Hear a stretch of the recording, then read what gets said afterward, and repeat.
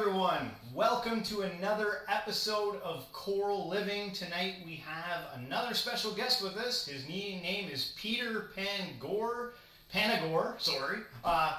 Welcome to the channel. Now, Peter, he's got a list full of credentials. Besides just being a regular father, husband, grandfather, he's had some near-death experiences. He's ordained pastor. You've been a best-selling author. You've got your own YouTube channel called Not Church, and some very fascinating stuff. So I thought the best way to kind of get into this, Peter, would be one, just to say, hey, welcome, and two, tell us how this journey began. Hi, guys. Hi, James. Hey, Justin. My dad met my mom. Sorry. No, but I will say, I believe you guys are in Canada, are you not? Yes. Yes, my mom was born in Canada. Right. So just saying, my family across the border, hey there. Hey. Anyway, so... Sorry.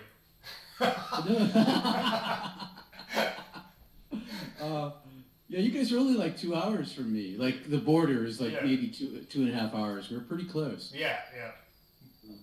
So how did I get to where I am?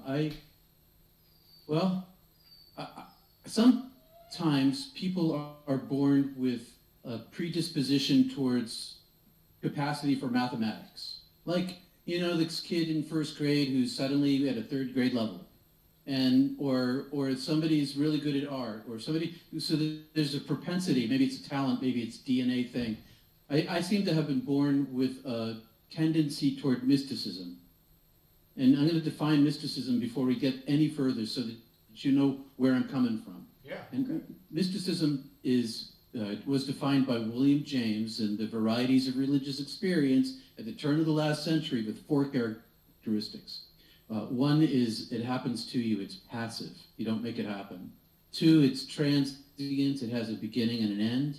3, it's noetic, it leaves an understanding inside yourself, noetic understanding, noetic knowledge that is ineffable, you can't talk about it. And because the words are inadequate, it can't describe it. We have no concepts that are functional for description.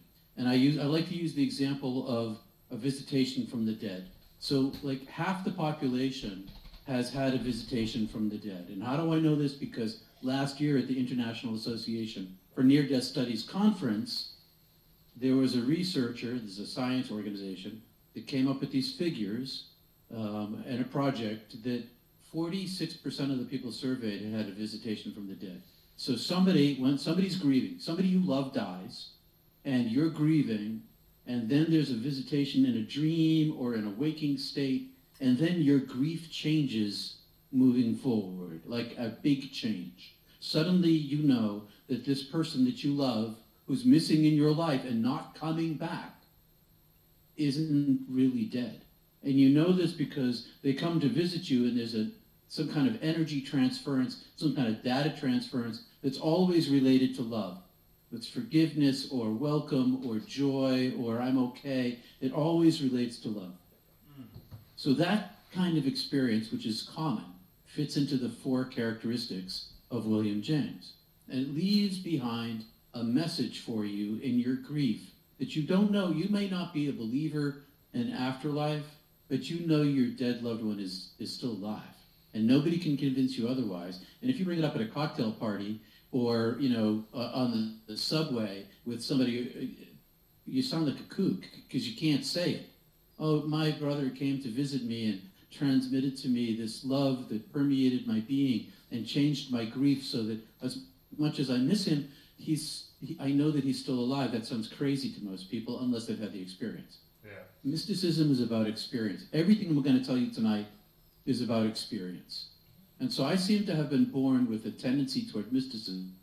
My first mystical experience happened when I was 5. Then there was one at 6. Then I had one with psychedelics in high school.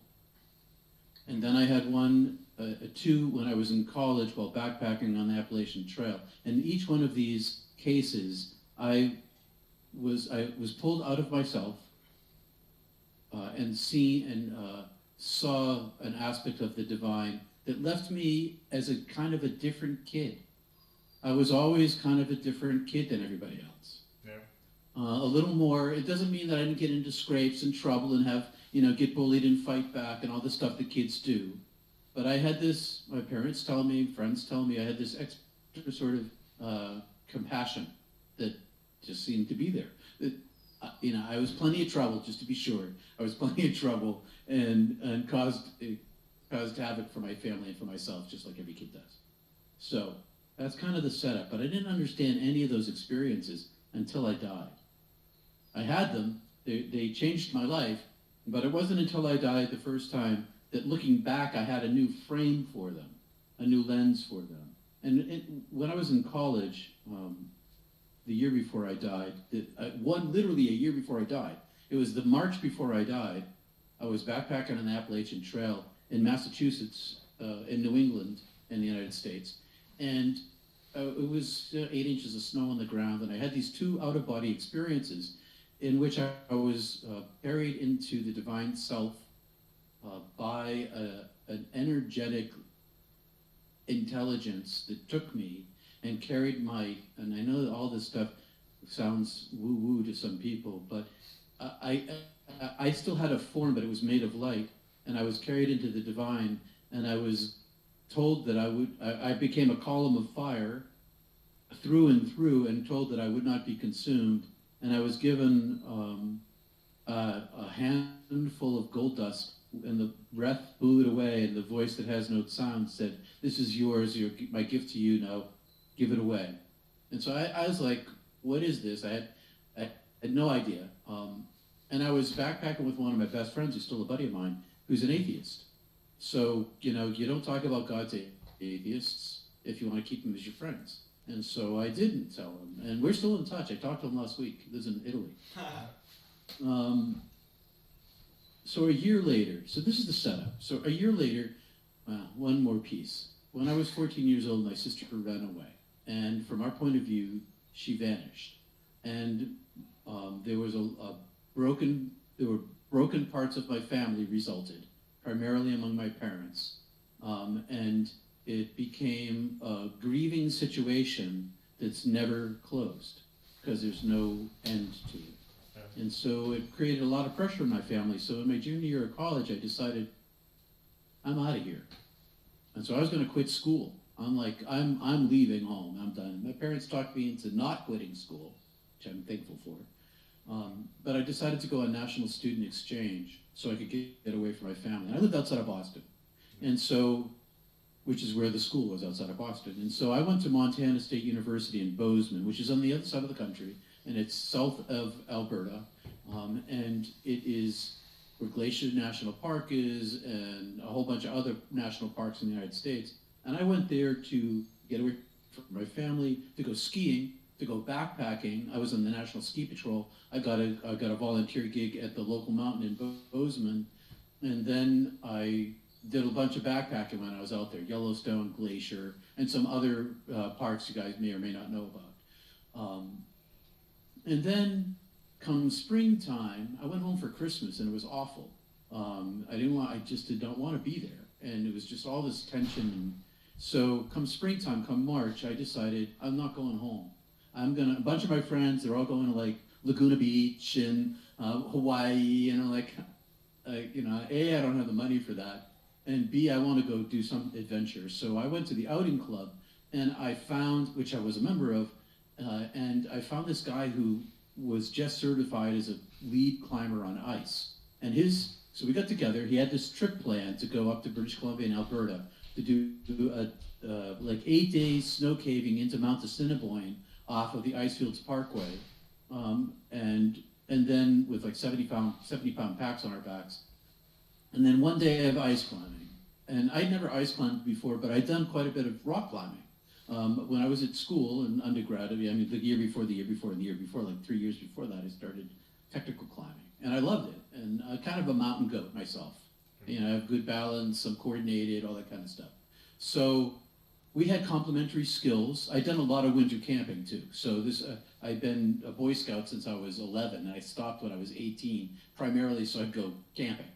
Yeah. And so winter was my element, and I geared up as best I could, and he geared up, and off we went, and we did this. Oh, we had complementary skills. So I was first aid in wilderness, and I was competent in the woods and in the wilderness, and he was too. And so we spent these 8 days, and when we first got out into the wilderness in BC, the very first night we had a big problem because we didn't bring our tent with us. On our map we had a cabin. There was a cabin. We were skiing across this lake to this cabin, and we had a shovel so that we could dig snow caves. But we planned our trip: cabin to snow cave to cabin, and kind of thing, right?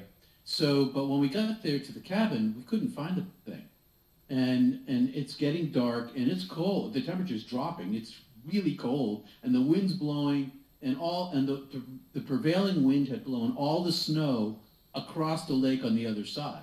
So on our side of the lake, there might have been 6 or 8 inches of snow, even in the woods. And so it's getting dark, and we're triangulating, we're getting nervous. It's our first night out. We had done a couple of days together in another area, so we knew each other. And I'm skiing along, and suddenly my ski gets caught under this thing, and it turns out to be the cabin that had burned down. Oh. So the cabin's burned down, and I'm stuck under a log, and there's no snow to dig a snow cave, and we don't know what to do. We ski back to the lake, and there's this overflow of ice, this ice ledge that's above the lake, just enough, like if we scooch underneath in our sleeping bags and pads, like little worms, our noses and bellies could touch the ice. And so we chopped off a bunch of ice pieces, and we made a little igloo, and we crawled inside this thing and spent the night there as the whole thing, the lake's booming, and the ice is cracking, and we didn't sleep at all. So this is the very first night. But the thing we learned about each other that first night is that in a desperate situation, not desperate, in a difficult situation, neither of us lost our heads. We both were very steady and calm. And that turned out to be the truth for the whole trip. And that played a big part in our survival. So we ski back in after 8 days in this adventure, avalanche areas and all sorts of fun stuff. We weren't in an avalanche, but we saw one. That happened like the day before or something. Ominous. Ominous. Oh yeah, it was. But it was also great too. I mean, yeah, but it was all ominous, ill-fated, for sure. And it got worse and worse and worse. Like, I don't know if you read the book, but it gets worse and worse and worse. So we ski over, we get out, we ski across the lake, we drive up to Jasper, we get a bunch of food. We're late to getting back towards Cirrus Mountain, which is where we're going to climb on this place called Weeping Wall, Upper Weeping Wall, Lower Weeping Wall. We're on Lower Weeping Wall on the ice. Well, that's where our intent was. So we drive back from Jasper. It's further than we think. And we get to the warden's cabin just north of, I'm not sure if you guys call them wardens or not, I don't remember. But it's like park ranger type thing? Park ranger, like a park ranger, right. So we get to the park ranger's cabin, it's dark. And we knock on his door and we convince him, we talk him into it, that we'll cook him dinner and we'll clean up if he lets us sleep with him in the cabin that night. So we don't have to set up a tent and find a place. So he agrees, and we do that. And in the morning, we sign the log saying where we're going, and we go down to the climb, which is, 10 miles away, something like that. I don't remember. But it's situated so that the Icefields Parkway, and then on the west side is the Saskatchewan River, which is right next to it. And it's in a valley. And then on the east side of the valley is Cirrus Mountain. And it's maybe, 70, 100 yards in to the climb. It's really close. So we park in the parking lot, and we hike in with all our gear, and we get there, and there are a bunch of other teams already on the ice. We're the last team to show up. And so they're already climbing, and some people are higher up than others. And as we're unloading our gear, I'm not even looking. I hear somebody yell, "Falling!" And I look up, and a guy falls. and he falls, 10, 15, 20 feet. He's on a line, he's on a harness, but he swings down, he's like, whoosh, And, wherever and then he swings at the bottom a little bit and he bounces and everybody's holding their breath. We're all like, What? And after a moment he says, I'm okay. And he continues climbing. We're all like, oh my God, like super adrenaline rush. And so we unload all our gear, and I'm going to emphasize that Tim's a certified lead climber because, and I'm not, it's my first time on ice, but I talked to a bunch of ice climbers back in Bozeman, and the gear that I didn't own and couldn't get at the outdoor club, I had to borrow because I couldn't afford to buy it all. So I borrowed, I had crampons, and my boots were these like 1968 lace-up leather ski boots because you need something super stiff. And which I think I actually had when I was a kid skiing. And anyway, so I had those with crampons and an ice axe and an ice hammer. And Tim had all the gear. He had all the harnesses, he had all the screws, all the ropes, he owned all that stuff. So we knew that you could climb with a hammer in kind of an emergency situation. This is a 500 or 600 foot climb. But I was 21 years old, I just turned 21. And I thought I was immortal, and I thought I was a hero, Superman, Mm-hmm. And so we decided to make this climb with an axe and a hammer. And the axe, you can set the axe on the ice and let go and relax. But the hammer, you got to hang on to this thing.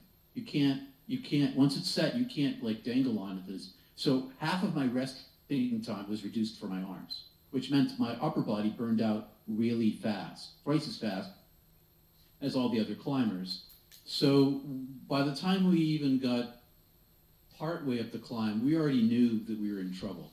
And if you've been backpacking or hiking and there's a thunderstorm coming in or the weather turns bad, you can turn around and go back down the trail again. But you can't do that ice climb. You have to complete the climb and take the rappels. You can't turn around and go back. It's just the way it is. And so we had to continue to climb. And so we knew that we were slow, and I sped as fast as I could, but there's nothing I could do about it. Tim was very understanding. But as we neared the top, and the sun was going down, an hour or two before this even happened, we knew that this has gone to a bad situation. All winter, so part of the training that I was getting that particular winter at the ski patrol was for frostbite and hypothermia, because the temperature, you know what it's like in Canada. Yeah. Montana's like that too. It gets really, really cold. It gets 50 below with the wind chill factor in the mountains. Yeah. That's not brutal. Crazy. And so it's brutal. So we've been pulling people off the mountain with frostbite and hypothermia and that kind of stuff. Not terrible, all right? That, you don't look good. You got a little nip on your nose. Got to get you off the mountain. You're losing your ability to think straight. Let's get you down below, kind of thing. And so I knew that we were it was bad. Sun went down. We got to the top. Sun went down. Temperature dropped. 30 degrees, something drastic. And hypothermia started immediately because we weren't dressed for cold. We were dressed for the cold of the day. It's a day climb. Just let people know it's a day climb. No other teams were carrying sleeping bags and gear to spend the night. Nobody was spending the night, and we had drunk all our water, and we had eaten all our food. What are sorry to interrupt. I'm just curious. No, it's cool. Good. I'm just curious as to what's the the onset of hypothermia feel like. What starts to occur? All of my muscles, you got major muscles and minor muscles in your body, they all started expanding and contracting in an irregular pattern all at once. Shivering, okay, it's a shiver, right? I'm shivering, but it's like my jaw's clattering like a cartoon. I have to consciously keep my tongue out of the way of my teeth, but my tongue has muscles in it, and it's a quiver. Everything's a quiver. Everything's like, and I feel like if I could just see myself, like my face would have been distorting all over the place. Every muscle was twitching. That's awful. You're making me feel cold right now. I feel cold now. Because you're like shaking, and now you're like, your body is telling you, the body was telling us, this is bad. Yeah. This is right. You're not in control now. It's what it was. I couldn't stop it. Sun goes down, a million zillion incredibly colorful stars come out. There's so much starlight up there that you can see when there's no moon. And there were no clouds and there was no moon. And so we could see in the dark. Not great, but we could see. And Tim hauled up the rope. It was a double line, 150-foot double line. So 300 feet of rope. And he hauled it up and it became a knot because he was hauling up too fast and we were scared. We were petrified. We're both being super cool about it because we know that if you lose your head, you lose your life. No room for drama in that situation. Like, there's no room for silliness. So, right? Nope, that'll kill you that fast. Yeah. And so we talked about, through our clattering jaws, what are we going to do as he's pulling up the rope? And we discussed snuggling together up against the mountain, but neither of us were warm. We were already, because it's a wet sport. This is in the days before the first polypropylene shirt had just, became available in the stores, and I had one on. But otherwise, I'm wearing wool. I had wool and a silicone sprayed outer coat, leather chaps with wool mittens on the inside, a helmet and a hat, and glacier goggles. I had glacier glasses and for the light. But not that I needed them at night. So we realized that if we stayed there, we were going to die. That's the first conclusion we reached. Stay here, we're definitely going to die. And so the only choice was, well, if we're going to definitely die, let's at least die trying to get out of here, which meant making 3 rappels, including traversing in the dark with hypothermia and onsetting frostbite. So Tim got this big, huge knot, and one of my complementary skills is I was a rope guy. So I had my merit badges and knot tying and all this kind of stuff. So I'm a rope guy, and so I untangle this. I take off my mittens, and if I start to get frostbite on my fingers, I still have all of them. They got bloody bruised, but I still have them all, and some worse than others.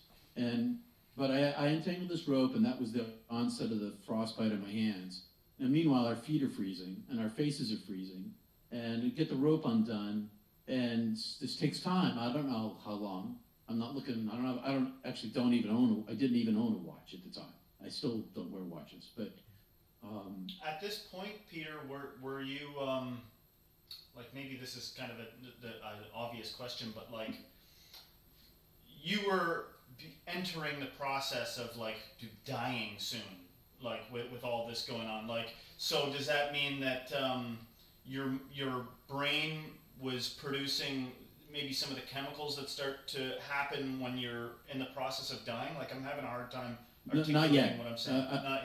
Not yet? Not yet. I'm still in the early stages of what, if I were on the ground and could get inside a house at this stage of hypothermia, it wouldn't have been hard to heat me back up. Okay. Yeah. So that it progresses through the night and it gets worse and worse, and there's symptoms. More symptoms are added, and they all compound each other. And it's actually a fairly peaceful process. I mean, it's not. It's painful because it feels like you're on. Your hands are on fire. Your face is on. It feels like somebody's taking a hot iron, and you put your hand on it. It hurts, but it's actually kind of peaceful. I almost drowned as a kid, and I remember remarking similar thing. You'd think panic would be out of control, but I actually recall a sense of peace coming over me, and actually imagining I think this might be it, and then somebody saved me. But yeah, exactly. Yeah. And I think that's not an uncommon experience. I guess it depends on the type of death, too. Yeah. So I would imagine, yeah. So we get down. Tim ropes up. He's in front of me. Ties the rope around his waist. I take the rope. I tie it around my waist. We have some distance between us, I was using my axe on my left hand as we make this traverse across this narrow ledge in the dark. And Tim's leading the way because he's the lead climber, and we're on ice with our click-clack with the crampons, and we get over to the first rappel, and it's this tree that's sticking out of the mountain, I don't know, 6 inches, 8 inches in diameter. Well, I don't know how many centimeters that is. 6. 6. We'll go with whatever you want. So we started at this point not making rational choices. And so what you're supposed to do is you're supposed to take a piece of nylon webbing, which is a woven tube that lays flat, that ties in a square knot that is used in climbing. You're supposed to take one of these webbing pieces that's tied in a knot and wrap it around the tree, and then take the rope and stick it through the nylon webbing, so that when you pull the rope down, it doesn't stick to the tree. It just slides right out. But we're like, I remember talking with Tim, and it costs money. This webbing costs money. I don't want to lose this webbing.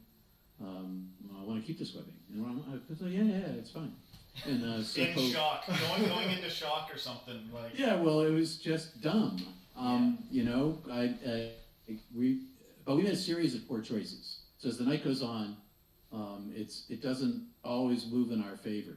So we make this rappel down, and Tim goes first, I go second. At the bottom of the rappel, there's an overhang, so that you're free falling down. So there's some distance where we were off the rock. So now we're on ice. I think we're on ice and rock at that point. And then we land down in this, I don't know, a snow field that's the size of a box, 2 box trucks, the small box trucks, like the platform area in the back of those 2. And the snow is maybe up to our knees, and we get down to this, and by this point now we're starting to lose our coordination. It's very difficult to talk because our jaws it's hard to move my jaw, hard to speak. The shivers have reduced, but the kind of locking of muscles, things are just stopping working. And so the brain starts slowing down, making bad choices, and we're falling in the snow. And we've both grown up. I grew up in the snow. I know how to walk in snow, but I couldn't. I was tripping all over the place. Plus, I was exhausted, and I hadn't eaten, and there's no water. And you can suck on snow, but it doesn't really replenish you, and it cools you down because you're eating something that's just been frozen. Yeah. So it's not the best choice always, even if it's the only choice. Especially when you're freezing. Yeah, exactly. You have this ice cold slushy. So the rope is hanging there, and we go over to the rope, and Tim goes over the rope. Tim went over to the rope, and he pulled on it, and it's stuck. And now it's frozen to the tree because the rope got wet during the day, and now the temperature's dropped. The tree was wet, and now we surmised that there was an ice connection on this rough bark. And because of the way the line was laying on the bark, because a line doesn't sit on the tree at 6 inches, it goes down to the bottom where it makes the connection. So there's a little more surface area, basically. Yeah. So the rope is frozen to the tree. With both of our weights yanking on this thing, we can't get it loose. It is stuck. So we don't know what to do. We know we're going to die. The situation is now much more desperate. Tim has gear with him, and he's got this very thin line. It's like that thin, but it's super strong. You could pull a car with it. It's so if it's in neutral.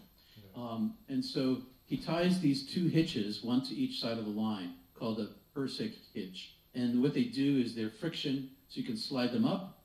And when you pull on them, you create tension. The friction stops them from sliding down. And he puts these 2 huge loops on the end of these hitches, steps into one with his left foot, steps into the other with his right foot. And I take the rope and I wrapped it around myself, and I was lying in the snow, and I made it as taut as possible, because he's going to go back up over this overhang and climb back up, reascend this rope with these hitches. Oh. And so that's the only choice we had. So being brave and feeling responsible, that was a big part of this. We talked about this a long time. He felt he's the leader, he's the one who had to go. So he begins his ascent, and I'm lying in the snow with my face in the snow. So and snow actually doesn't really go down below 0 degrees centigrade. Snow kind of stays at a consistent temperature. So it's an insulator, which is why you could stay in a snow cave. So I'm actually a little bit better off lying in the snow than I am standing up. And it's still cold.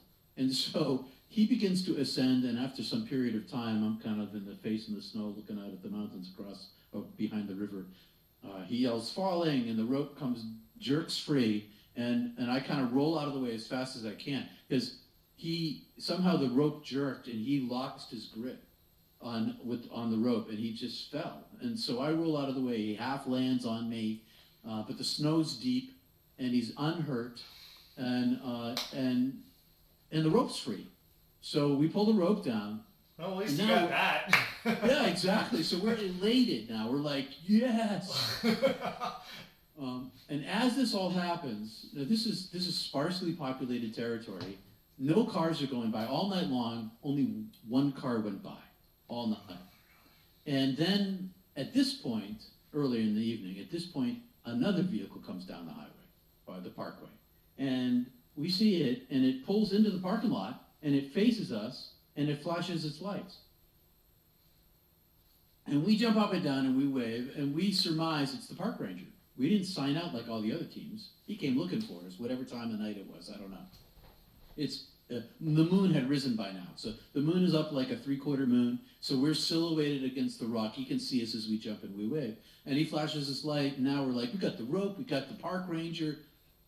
Somebody knows we're here. That was really a huge thing.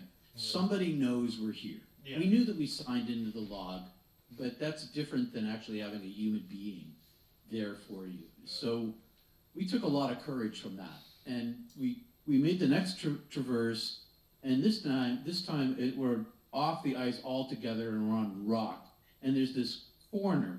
So we come into it this way, and then there's this corner, and in this corner is where the iron pin and the ring is to put the rope through, and there's a ledge that goes over to it, and then it's all kind of craggy.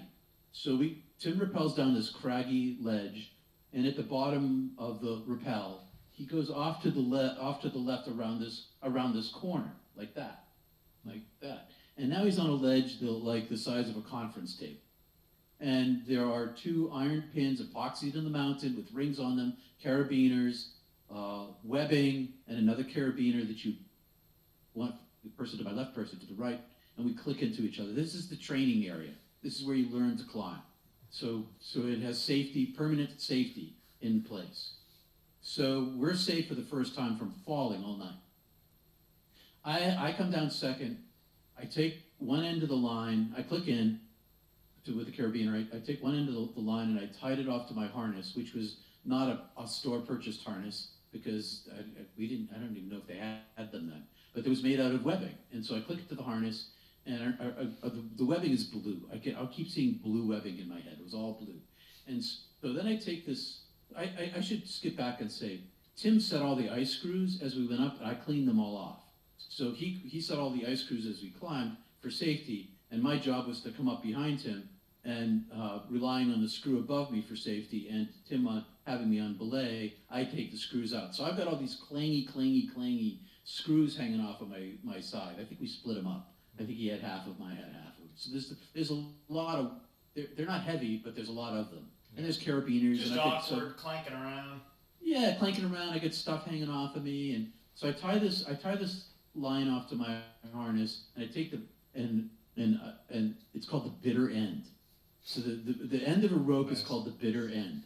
So I tied off one bitter end to me, I took the other bitter end, and I tossed it out around that corner, like trying to get the wide arc on it. And by this point, hypothermia, my feet are like ice blocks you buy at the convenience store. Not the ice cubes, but the block. My feet are no longer cold. They don't hurt anymore. There's not burning. I can't feel them. And so I'm like, when I'm walking, I'm kind of stepping with intent. I should talk, before I get to this part, I should talk about my mental state, because I was terrified. I all night long, I've had this drive develop inside me that was beyond language. I stopped thinking about surviving and just began surviving. I don't know how to say that. I wasn't like processing, I've got to survive. I was processing, got to step, got to tie this knot. I could be wrong, but it almost seems like aspects of the ego maybe start to fall off, and it's like a base survival takes over. Like there's, like, going back to what we said earlier, like any silliness, any drama, kind of starts to go away, and it's like there's only thoughts of survival. What next? Yeah, exactly. Nobody. So, Justin, in all the years I've been telling this story, nobody has ever said that to me. That is exactly what was going on. It was very animalistic. Oh, that you've been there? Well, just yeah. Not to that degree, obviously, at all. But I know, like I used to be involved with I was a volunteer fireman, and us even outside of that, just crazy adventures with my buddies, or even in construction, working really late in a Canadian winter. It's like I can get an idea of what you're talking about. Yes, exactly. The self disappears, and all you have is what is next. Let's just get this done. Yeah, it's like being in the flow, only more intensively. Yeah. I felt like I went through the mammalian survival part of my brain, and I got to the reptilian survival part, like that early dinosaur thing, where you're just like. You can't act like a human anymore. It's like, or if you are, you're acting like the truest human that's ever existed, like beyond, niceties. Like the original human. Yeah. That is. So it dug. So skipping ahead, because of that, it dug a huge well inside of me of survival. I found that I had determination and drive that I never knew I had. That I was capable of doing. A human being was capable of having such an original self experience of survival. So, and I kept my terror at bay because of it. My terror wouldn't rise up over my survival. My fear was not as strong as my drive to live. And all through the night, neither of us lost our heads. We just were super steady. We talked as little as possible because every time we spoke, we felt our energy go away. And we knew that, so not only we had hypothermia and frostbite, we had a limited amount of energy for survival, which played into the whole hypothermia thing, because when we ran out of energy, there was nothing to heat us. Yeah. So it was all kind of tied. So you have to pretty much stockpile everything, every ounce has to be there. Every ounce. No extraneous talk. No wasted motion. Every motion was intentional. And what the thing about ice climbing or climbing in general is it's a hyper-focus type of thing. You have to be completely where you are when you're there. You can't be off thinking about anything else. And sometimes in climbing, I've been in situations, tree climbing, where you have to make a move, or if you don't make this move, you're either going to have to stay where you are, or if you don't do it correctly, your life's at risk. And it could only be a 15-foot fall, but it's still a 15-foot fall in a rock. Yeah. So you've got to make sure everything is exactly where you're supposed to. And I know that climbing sounds crazy to people. I hear it all the time. You were ice climbing? What were you doing? What are you thinking? We were both arborists. Yeah, we were both arborists. You're on your ropes and climb. Oh, yeah. Right. It is crazy. Yeah, it is crazy. I got out of that career as fast as possible. Right. Well, I should say I have not ice climbed since. Wow. I have taken my adventure elsewhere. Yeah. I still love adventure, but it's different now. Anyway, so. And I was a bad arborist. I wasn't even a good one. What did you say? I said I wasn't even a good arborist. I was like, I don't know. I did not take on to that well. Yeah. Because it's hard. Like, I can imagine a little bit of kind of what you're talking about, because with tree climbing or arborist career, on the way up the tree, it was like you couldn't pause. You couldn't stop and hang out at all because it's just wasted energy. So it's like you're constantly moving and having to think very fast. And again, I don't even think I was very good at all. And you're also super aware of how something bad could happen so easily. Yeah. Like so. Plus, you have a chainsaw in your hand, right? Hanging off your belt. Right. And sometimes I bet you're hanging one-handed with one-handed chainsaw. Yeah. It sucked. Or It it's- sucked. Wow. But Yeah, some it's- people like it. I know lifers. we That, both don't do it anymore. yeah, I know people that stuck with that forever, man. They loved it.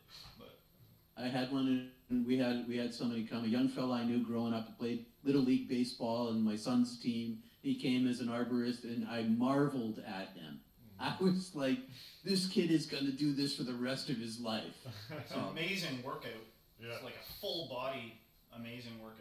Oh yeah, he's super fit. And I'm sure the mountain climbing is probably a full body workout, every muscle at all times. All times. Yeah. So you're there. You're on the side of the cliff. So we're there, and the rope is tossed off in this one motion, and I pulled the rope the first time on the first pull, and it stuck. It was like I got about 3 or 4 inches of slack, and now it's jammed, and it's jammed somewhere up around the corner in the dark. And because of the way that the corner turns, the line was laying on the edge of the rock. You know how you snap a line? You can snap a hose, snap a line and kind of move it. Like there was no snapping beyond the corner because there was friction there. So I snapped the line. It couldn't help. And every time I pulled on it, it felt like it got tighter. It didn't until this point where it just didn't move. It was just not going anywhere. And so it's tied to me, and I have a little bit of extra slack. And Tim is off to my left, and we discussed untying it from me because he couldn't reach over and pull it with me. It was too far away without taking off his harness, taking off his safety. So we talked about untying it and like seeing if we could stretch it out. But then if we did that, we have frozen hands, and our coordination is terrible. So tying this, it's not as like, okay, I took off my gloves and I tied this knot. That was an effort. Like my fingers weren't moving. I had to focus on this knot and make this thing with like full body motion. And I was afraid, we were afraid that if I untied it, I dropped it, that was it. Because we had half a rope at that point, and half a rope is better than no rope at all. So the more I pulled on it, the more energy I expended, the quicker death was coming for me. But I couldn't get it free. Nothing I could do. And now things get worse. And so I came to the conclusion that I wasn't going to get it free. It's like, okay, that's not going to happen. And when I decided that, I started thinking about my family. I looked out, there was this beautiful mountain across the parkway, and I could see all the stars and the river, and it was extraordinarily beautiful. It's extraordinarily beautiful there. Like one of the most beautiful places I've ever been in my life. And I went back in 2016 and saw it again for a second time, and it is incredible. So, but this peace came over me as I decided that this is it. I'm not going to get out of this situation. There's no way I can do this. I can't fix this problem. And I started thinking about my parents, and about my sister who had vanished, and my brother, and my other sister, and I had an adopted sister at this point, and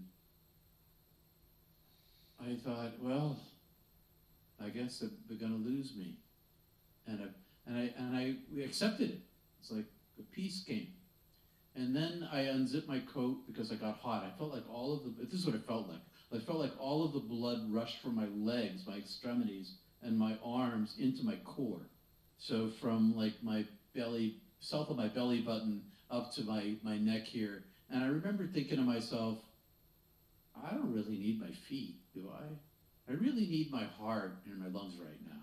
That's what's going to keep me alive. If I lose a hand, I need my heart and my lungs. And so irrationally, I was hot, so I unzipped my coat. It was only a nylon. Well, it wasn't nylon. It was this material called 60/40. It might have been nylon and cotton or something. I don't know exactly what it was.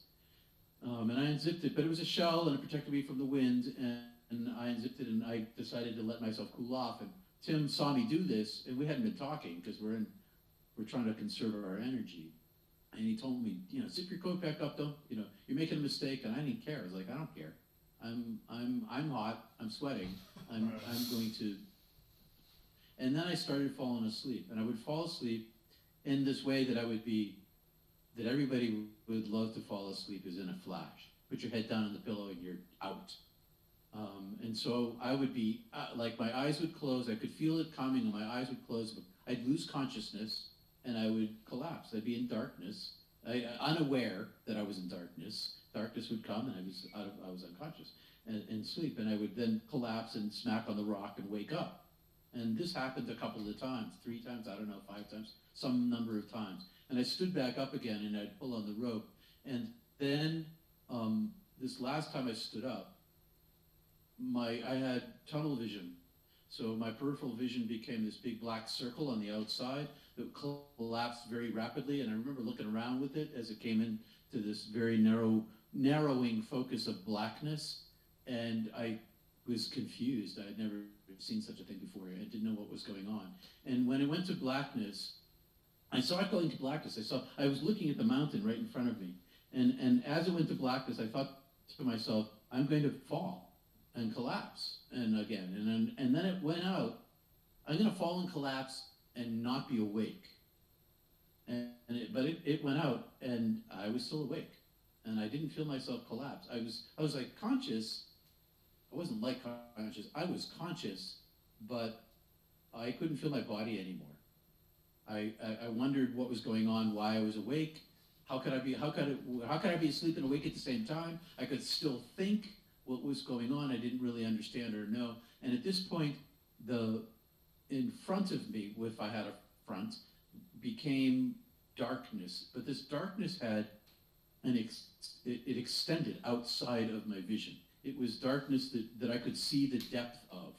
And I could see the depth of it, especially when this pinprick of light appeared at a galactic distance from me. One single star in this field of black, and it popped into existence, and it rushed toward me at a phenomenal speed. It was a galaxy away from me, and it was on top of me in moments. And as it came to me, it sort of filled my vision with this light the closer it got to me. And it communicated to me telepathically, no language. So everything I say from now on is in metaphor. Everything I say now is metaphor, because none of the things on earth are at all like what I experienced. There are no things here, thinglessness. But this entity came. You could call it an energy ball. You could call it an angel of light. You could call it a consciousness. But it rushed toward me. And it had a superpositioning.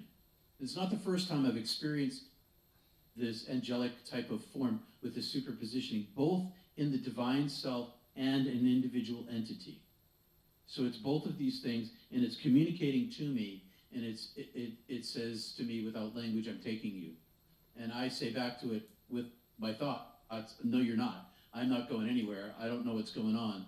And I put up all of this willpower, this survival thing that I had all night long. It saved me to this point, and it was nothing. It was like a thin piece of onion paper that this entity just reached through and plucked me out of myself.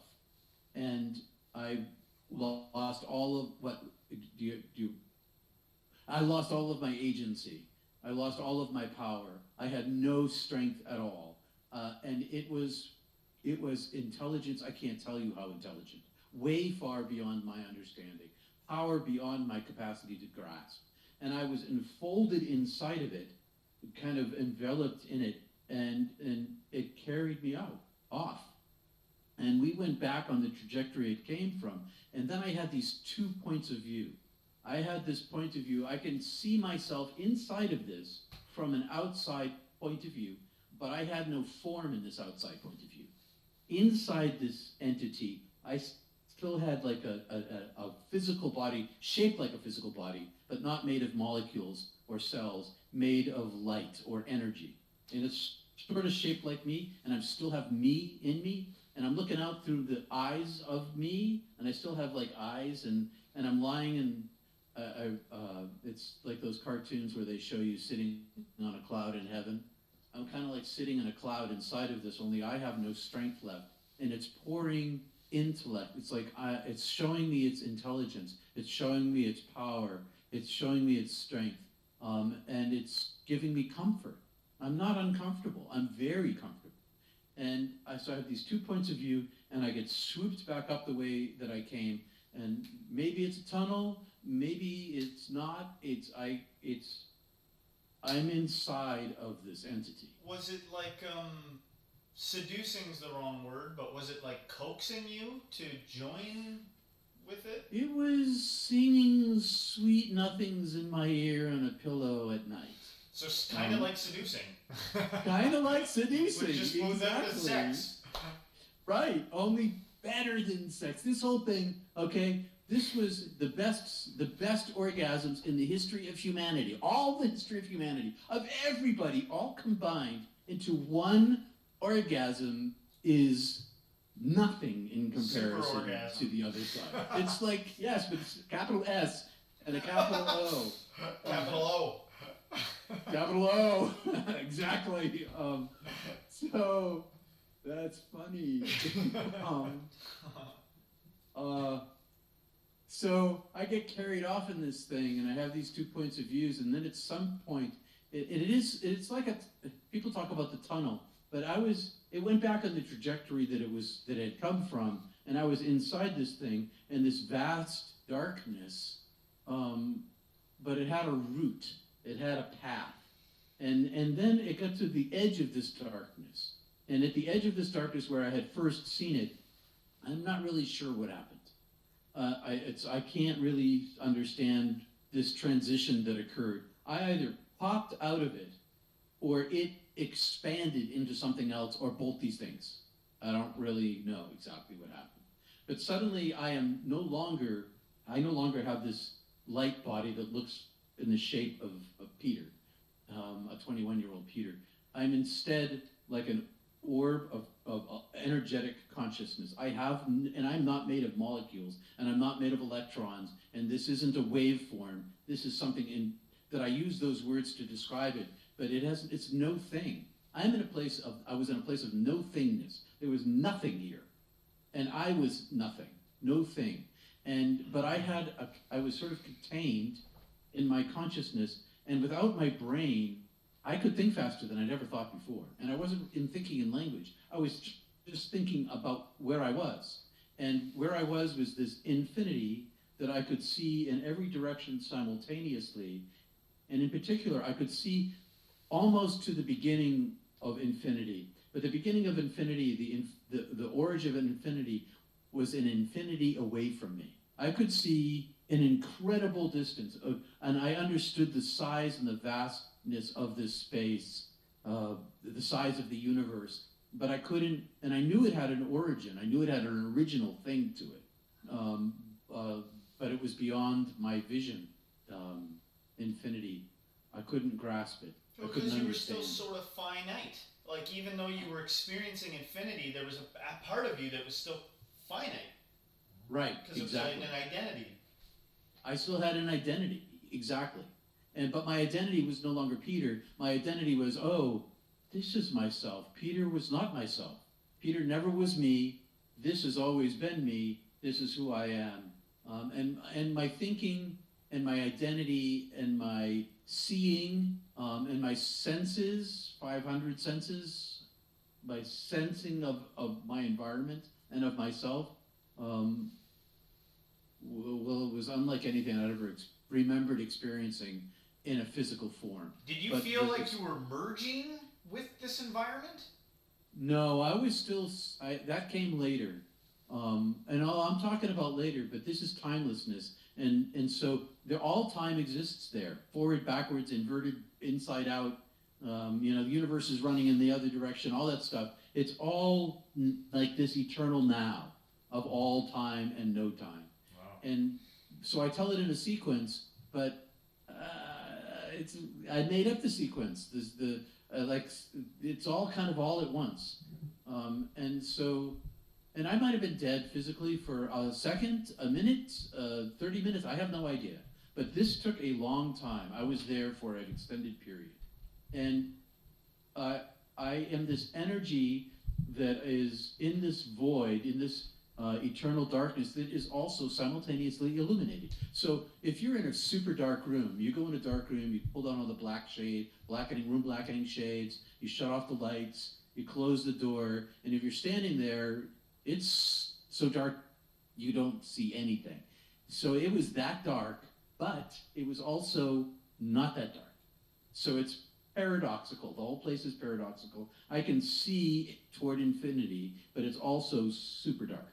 Because it's nothing. Because it's nothingness.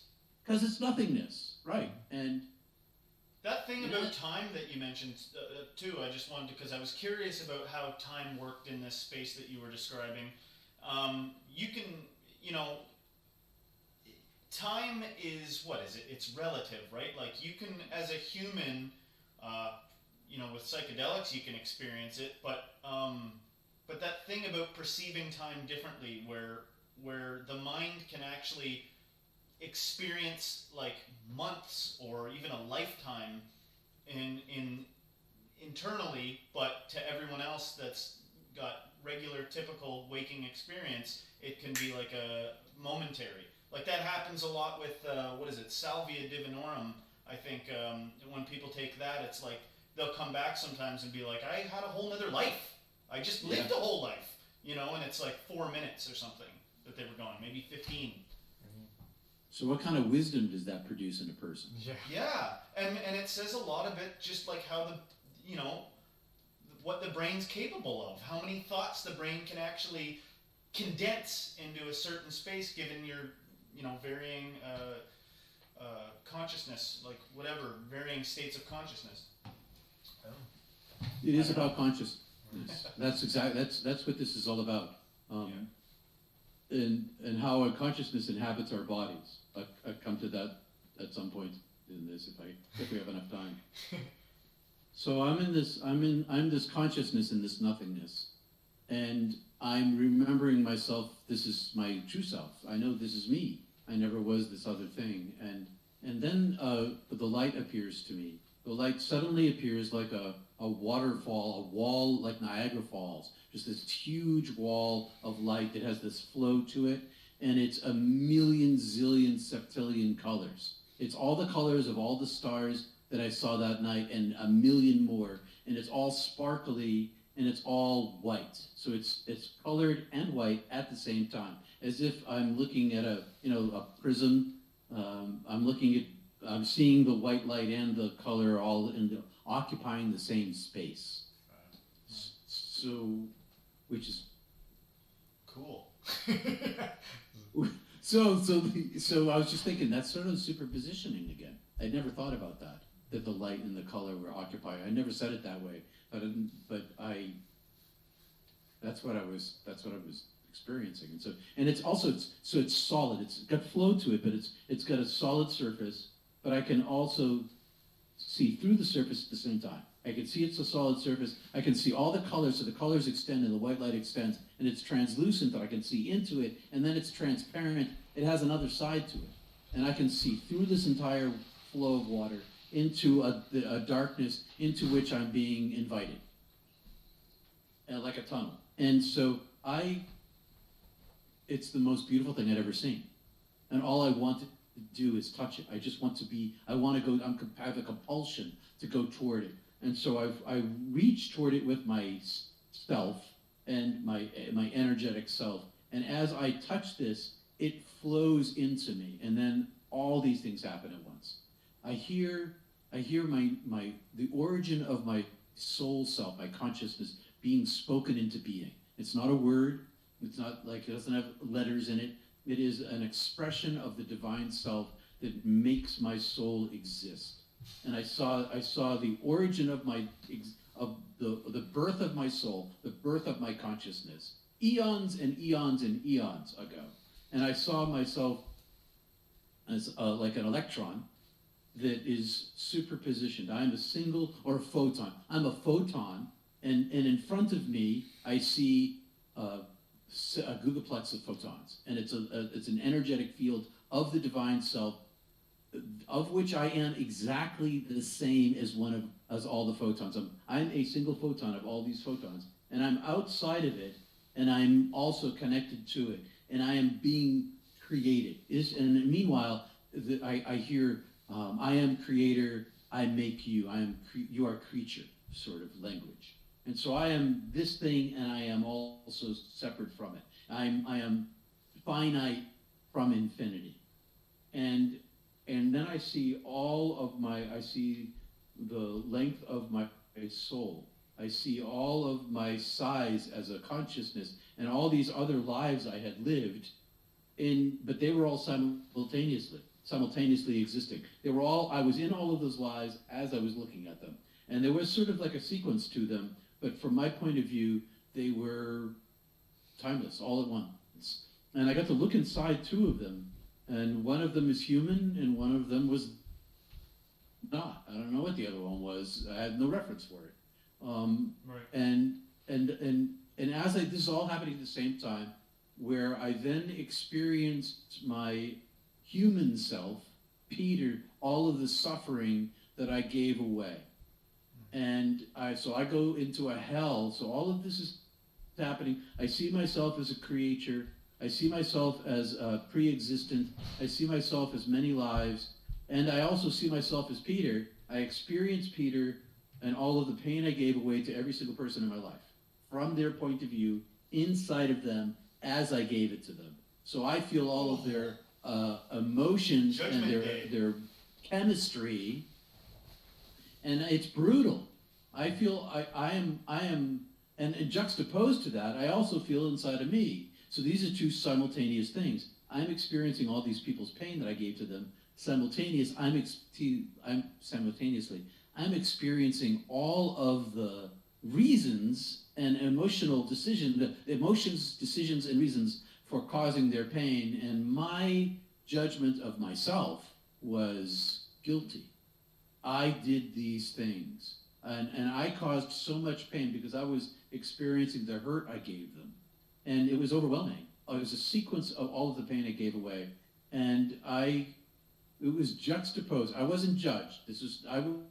God did not judge me. And I should say, I was raised Roman Catholic and Greek Orthodox. So I have these mix of faith traditions in my consciousness as I go into this. And so I go through this hell of my own making, and I judge myself guilty of the pain that I caused. It wasn't like I was being, oh, this is the bad thing you did, and this is the bad thing you did, you bad boy. It was more like, this is who you are. This is what you did.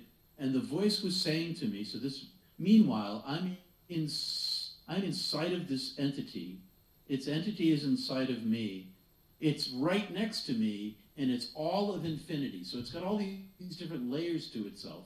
And I can't see it outside myself, but I hear it inside myself saying, I'm creator, you're my creature, this is how I made you, I call you into being, I have always called you into being, I'm still calling you into being.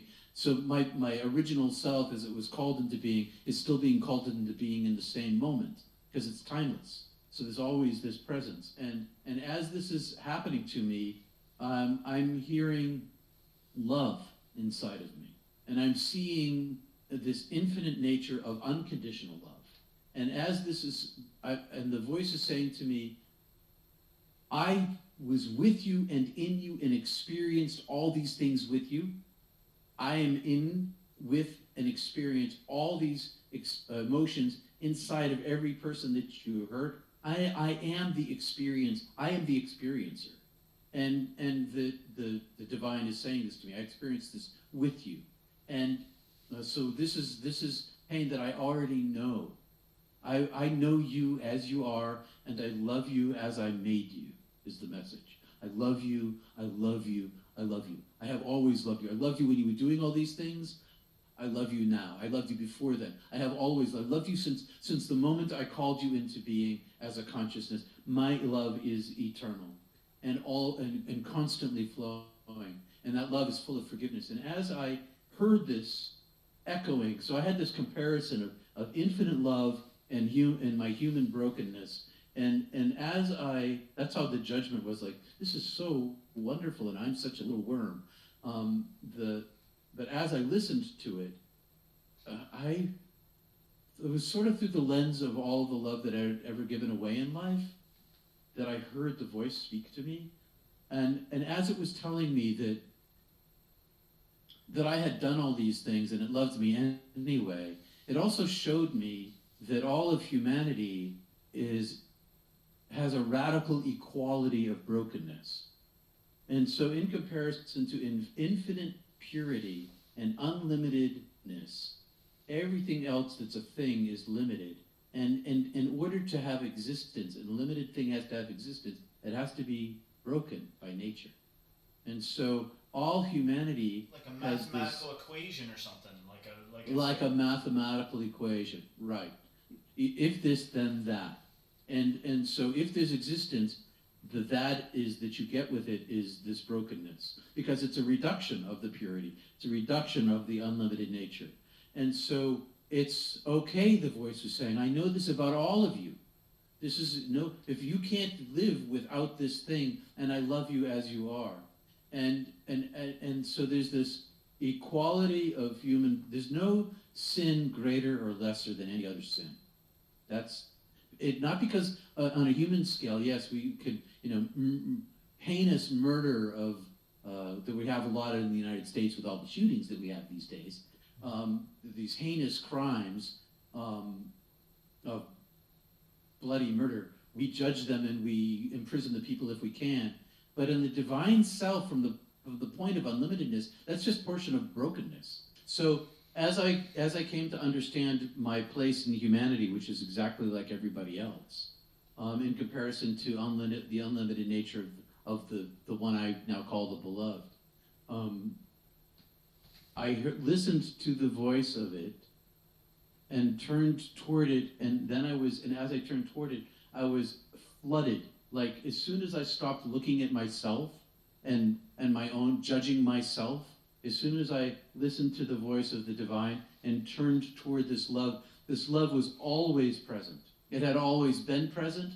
It's the nature of the divine. It was the nature of my being created. And there was all this forgiveness for all this pain that I caused. And using a biblical allusion, I was a grain of wheat that the chaff was burned off of. And so I became, you can't take the gold with you. You can't bring your stuff through the pearly gates, all that kind of mythology. I couldn't take myself with me. There was no room for me, no room for my pain, no room for my suffering. And all of that suffering, all of that pain went away in an instant. It was gone. And not only it was gone like gone but not forgotten, it was gone and forgotten, as if it had never existed. And this infill came to me, this flood inside of me that expanded me like a balloon, like a cosmic balloon. And it was this combination. I summarize it in one word, love. But that is a multifaceted word that includes a whole lot of words. Joy, beauty, purity, wellness, wholeness, healing, understanding, knowledge, awe, adoration, love, beauty, excess, welcome, fullness, desire, the 99 names of Islam, of God in Islam, that whole list, and a whole lot more of aspects of truth, of the divine self that is beyond explanation or understanding. And it infilled me and brought me to the brink of obliteration of my identity. So of my separate identity. And I got to this place where it was almost, I don't want to say painful, but one more drop of it, and I would have been like that guy in Monty Python's Now for Something Completely Different. The guy that eats the mint and he blows up. It would have been like that, only it would have not been bad. It would have been back into the original self. Completely different. It would have been, and now, yeah. I was trying to figure out a way to weave that in, and I was like, oh, I could use that. Anyway, so I was filled with this oneness of being, and I had this unitive experience of so much love but not infinite. I still didn't become the infinite or fall back into it. I still had some kind of separation from it, even though there was this unitive state where it was all of these things that flowed into me became me. Maybe I've never said that clearly before. They were, all this love was me. And then at some point I shrunk back down again. I shrunk back down again. And I said to the divine, am I dead? And the voice said, yes, you're dead. And I said, well, I can't really come right now because my parents are going to lose another child. And because I could still see, now I can see backwards into my life. And I could see my parents. And I know that my sister's gone. And the voice is like, come home, it's time for you to come home, it's welcome. This is welcome. It's your time.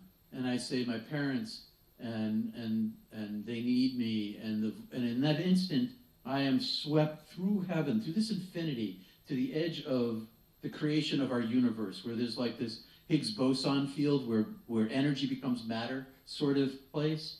And I am still in heaven, but I am pushed outside this field where I can see our entire universe. I see our entire universe, and I'm looking at all of it all at once. And I'm seeing all of it individually, but I'm also seeing beyond our universe. There are like universes upon universes upon universes, before universes, long before other universes, just like this almost infinity of other universes, and beyond that is the divine self, even greater than all the universes combined. Insane. And as I'm watching this, and it's all simultaneous, I see all of our galaxies, my vision swoops down through all of our galaxies, to our galaxy, to Earth, inside our solar system, and I see Earth like a hologram, and on this hologram are 7 billion people in live time. So I'm actually looking at the live Earth, only I can see through the live Earth, and I can see every individual person. I'm not like looking at James and then at Justin, and I'm seeing everybody all at once, 7 billion people. And I see them doing everything. They're living their lives. There's ships at sea, there's airplanes in the sky, there's babies being born, there's wars going on, there's murder and lovemaking, all these things going on, all the people doing stuff. Half the earth is sleeping, half the earth's in darkness, and inside of every single person is this golden light, this golden, like gold, like this fleck of gold inside of every single person that is self-illuminated. And nobody can see it, because between them all, there is this foam that covers the entire earth. I see the foam, I see the light, but they can't see the light inside each other. Everybody's blind to it. But in this moment, I'm still seeing this infinity toward infinity of all these universes, and the voice says to me, but it echoes across all these universes. It originates beyond all these universes, and it echoes across and through it all, right through all of the people. And as I'm watching all of the scene, it says to me, in the way that I love you now, and this love was the size of the universe. It was so expansive. There's nothing I could do that will change this infinite love that is particular to me. I am the most beloved that there ever was, and every single person is just like that. So there's this particularity to this love that is infinite for me in particular, but the same particularity, the same specialness applies to every single person I could see, and that's everybody. Everybody is beloved. The entire universe is beloved. All the universes are beloved. There's so much love beyond all of this. The whole thing is created out of love. And because of this love, all was well, is well, and will be well in time, because of eternity exists inside of time. And when you leave time, you enter into eternity. And so it's the pre-existent state of self. And so then I see this truth about myself, this truth about every living person, this truth about all the universes, all the matter in all the universes, and all the galaxies. And then I see my parents' faces. And so I'm still looking at Earth, and their faces come apparent to me, and I see all of their suffering like an accumulation of all of their pain. So I'm looking at their faces, but I'm seeing into their emotional life and their psychology and their history. And then I see these two other things. I see their life without me, and their life with me, like lines of futures that aren't determined yet. But I can see in the life without me the increase of their suffering. Like my mom would finally just break, and my dad would just break, and their lives would be forever till the day they died, just this terrible suffering of having lost two kids, which I'm sure lots of parents, they know what that is. And then I saw the other track was with them. I live with them, and they don't experience this pain. They still have suffering, but it's not as intense. And then I see their endings. I see their deaths, and I see the particularity of their belovedness, and I see their well-being. So both tracks end in the same place. They end in this place of being beloved and the end of all suffering. In an instant, it's all gone.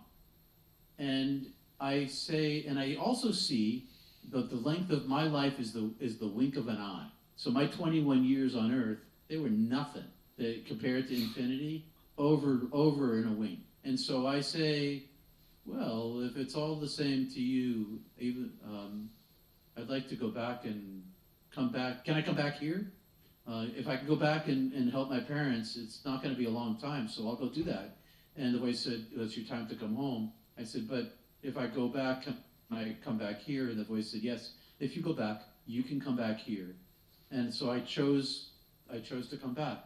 And in the instant of my choosing to come back, I got flicked out like a little pebble off the finger and shot away. And as I went away, the divine stayed with me and spoke to me, but I became more material. And as I became more materialized, I was presented with a million doorways. And all these doorways led to different lives. And in the middle of all these doorways was a beam of light.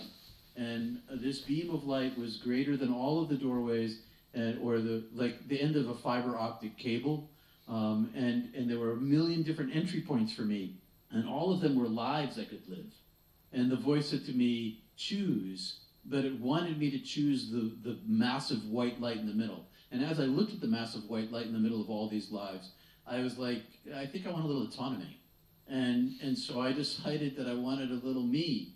And so I chose off to the side of the light, not in the light, but not in the intensity of it, but it also radiated out. So all of these lives, to the edge of these million doors, it got darker and darker as it went. But I chose somewhere close. I wanted to be creative. I wanted to be I wanted to have some bohemian lifestyle. I had all these thoughts, and as I chose them, that was my choice, and that's the route I went. Talk about a multiverse. Like it's like Doctor Strange. There's all these different. So we can get back to it later, but it sounds like there's potentiality for versions of you and all this stuff. Like it's like the multiverse. It's like the multiverse. That's exactly it. And so as I entered the singular door, I saw, so here's all these potential lives I could have lived. But as I entered the door that I chose, it's not just one singular path. It's all of these choices that lead to all of these probabilities. All these lives are probabilities. They all have these probabilities in them, and they all interconnect. And all the choices that I make from this entry point lead me deeper either into the light or further from the light. And so I saw this one life that I chose, but I saw all of the probabilities of all of the lives that I could live within this confine. So if I start over here in this life, I don't know if I could reach all the way over to here to this million life over here with the choices I'm going to make, but there's a whole lot of them over here, and based on my decision making that creates the life that I live. And all of these, so in my lived experience, I live now, have for decades, with this constant state of deja vu, of seeing my life a flash or a moment before it happens to me. Because I've already seen it, and I've already lived it. And every decision that I make, people say, well, that was meant to be. Well, it is meant to be. It was meant to be because of all the choices that I made and all the choices of all the people around me. So I'm not making these choices independent of all these other people making these choices. So there's all sorts of other factors that come into this complicated thing. where the decisions that I make are based on decisions other people make. And so over my lifetime, since I've come back, and part of my spiritual path has been to not so much try to choose what's right or wrong, although I try to do that like everybody else. Like, it's bad to do this thing and it's good to do that thing. I try to cultivate a space of light inside myself, because it turns out that I should have chosen the light. And so I've been spending my entire life doing that one thing. That's my goal, is to constantly, as frequently as I possibly can, through meditation, Kriya Yoga, Hatha Yoga, learning, education, all these things, but most particularly practice, to try to make the living light a radiance inside me, so that all the choices that I make lead back to it, moment by moment. And that's like part of it. That's part of the equation. The choice that you made at those crossroads leads you to live this life where you're trying to get back into that, focal radiant light, whatever it is. I'm trying to keep track. Yeah. There's a No, lot no, going you're on. saying it great. You're saying it extraordinarily well. But I'm just saying that seems like it's all part of one kind of mega equation, and so. Well, one thing I left out. I see you want to say something, James. Go I ahead. was just gonna. No. You say what you're gonna say, and then I'll jump in. So when I was dead in heaven, or alive in heaven, I wanted to know. Like, you can ask questions, and so I wanted to know. I think my question was something like, I want to know everything. Like, I want to know how galaxies are made, and how molecules attract, and the evolution of humanity, and I want to know about star systems, and I want to know about galaxies. I want to know absolutely everything. And all of that knowledge in a moment, all of that data was inside of me, to the extent that I could comprehend it, which was a lot more than my brain can grasp. And it was like an equation. It was this super complicated equation. And so when people say to me that was meant to be, like, or that God is reasonable, I'm like, well, if God's reasonable, then I'm unreasonable. I can't comprehend the magnitude of the equation in my brain. It's just way too complex for me. It's way too big for me. Too many factors. Yep. And which include, the formation of the galaxy, our little tiny galaxy here. And make reality work, like make reality possible. And the other thing is, I don't know if we're going to touch on that, if we're going to get to it or not, but we've spoken in the past.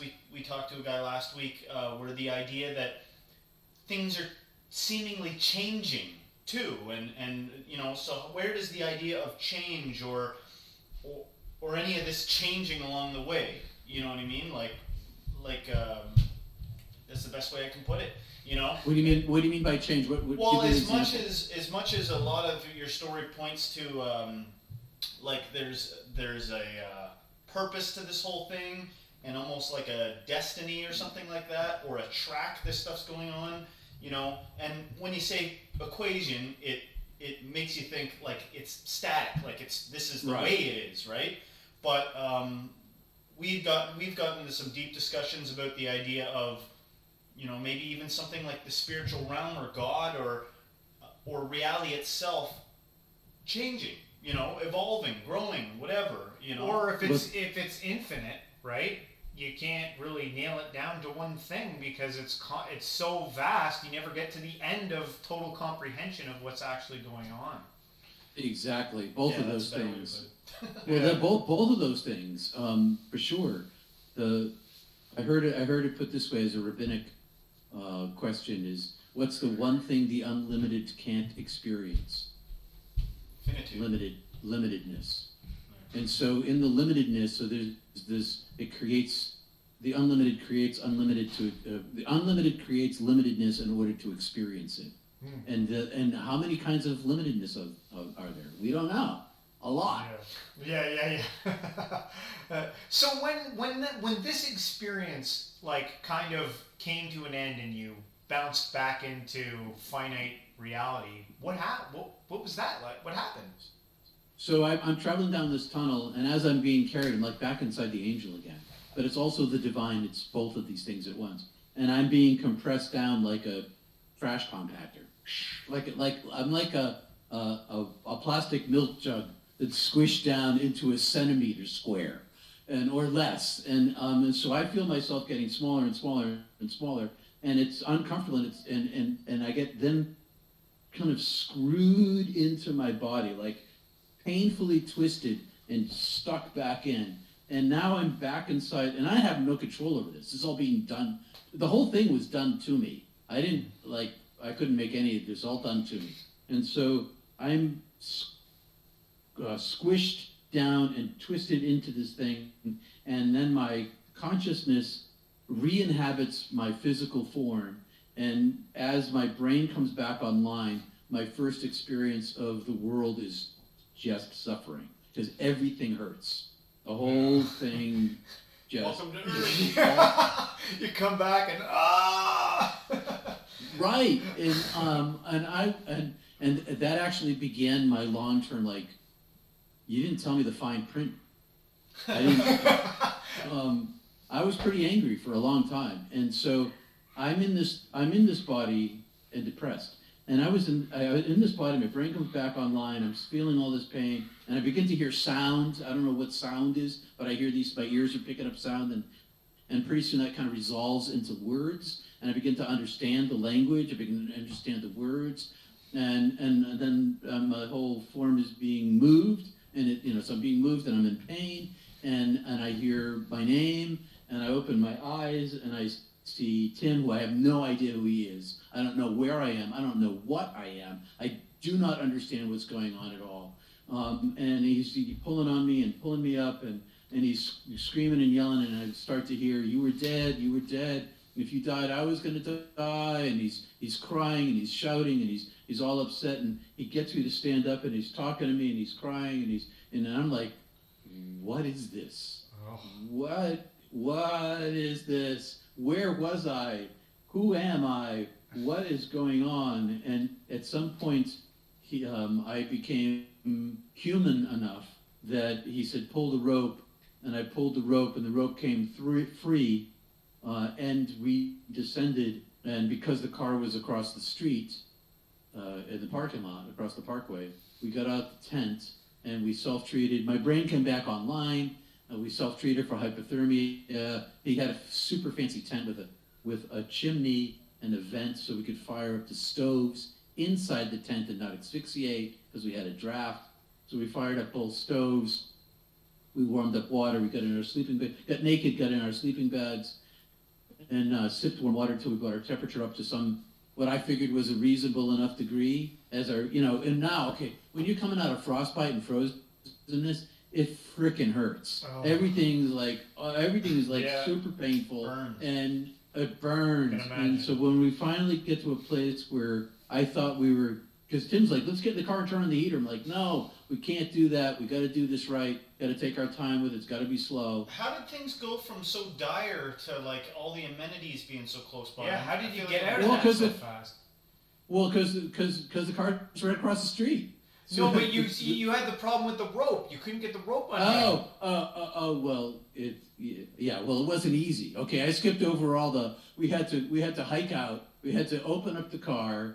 We had to, find the keys, and we had to use our hands, and we had to get the tent out. So this wasn't an instant process. Yeah. I told it as if it was. It was a journey of, because our feet are still frozen and our hands are still frozen, but the desire, the drive, and the elation of getting down, and the drive for survival, they were still there. And so over a period of time, I don't even know where we set up the tent. We might have set it up right next to the car. I don't really, maybe we did that. That makes the most sense. I don't think we would have hiked back in. We must have set it up right there. And well, did what we did. When you have to survive, you keep going. So we did this, and then eventually we got in the car and warmed up for a period of time, and now everything's kind of defrosted, and And as we drove the car over to pick up our gear, I guess we had dropped our gear across the street, across the parkway, and we're putting the sun is up, and we're putting everything back in the car. And I'm not saying anything. We're still freaked out. We haven't. I don't know. We must have eaten something. I bet we had peanut butter tubes or, dried food or something that we rehydrated, and or we had food. No, we had gone shopping in Jasper the day before. I think we had solid food. I think we had peanut butter and bread and backpackers bread and stuff like that. And the park ranger showed up and asked whether we were the two young fellas on the mountain that night, and we were like, yes, sir. He said, well, I was the guy in the flash that saw you, and I came down to see if we needed to requisition the helicopter to get your bodies. Oh, oh my gosh. And that's totally sobered us. And then we got in the car and we drove away, and then the adventure continued. And the short of that end of that story is that we sped through a town. We got arrested. We got put in jail. We had to, pay a fine to get out, which could have been a bribe. I don't really know. And then we nearly hit a car head on, and then we hit a semi head on, and we went under the rear end of the semi and blew the car apart. And neither of us got hurt because we had hit the brakes. The car was totaled. And you were like, I saw all this coming. And then, so when we're hitting the semi, we have this experience of my life flashing. I have this experience. Everything slows down. You're talking about time. Time slows way down. And we're kind of rocking on two wheels and rocking back. And pens, I see a pen flying through the air and a cassette tape, and everything's in slow-mo. And then I watch my life from birth to this moment. It's like a movie. And it wasn't a review like I had when I was dead, but it's just like watching a movie of my life. Oh, there's my grandfather, there's my mother, there's my dog, all that, just a movie of my life in this. But it was like I was seeing it inside my head as I was also seeing the cassette tape move in slow-mo. And then, pow, we hit this thing and ruined the car, and Tim's angry. I caused the accident, it's my fault. So I totaled the car. Tim's really angry at me. The truck driver's very upset. We've had enough money that Tim took a bus. We could pay for a bus. He took the skis and the poles, and I took all the climbing gear. And he took all the skis and the poles because I totaled the car. I gave him all my money, and he took a bus back to Bozeman, and I made a sign the next morning, and I hitchhiked back to Montana with a stutter. So now I've got a stutter, and which I never had before. And was that just from the shock of the entire trip, or the whole thing? And so then, I lie my way across the border with this professor who picks me up. He's a professor of English, I think, from Missoula, which is another Montana university, state university, and he takes me to Missoula. We lie our way across the border. I'm his stepson from his first wife, with a different name because I was adopted. We had this whole thing planned out. We took the side.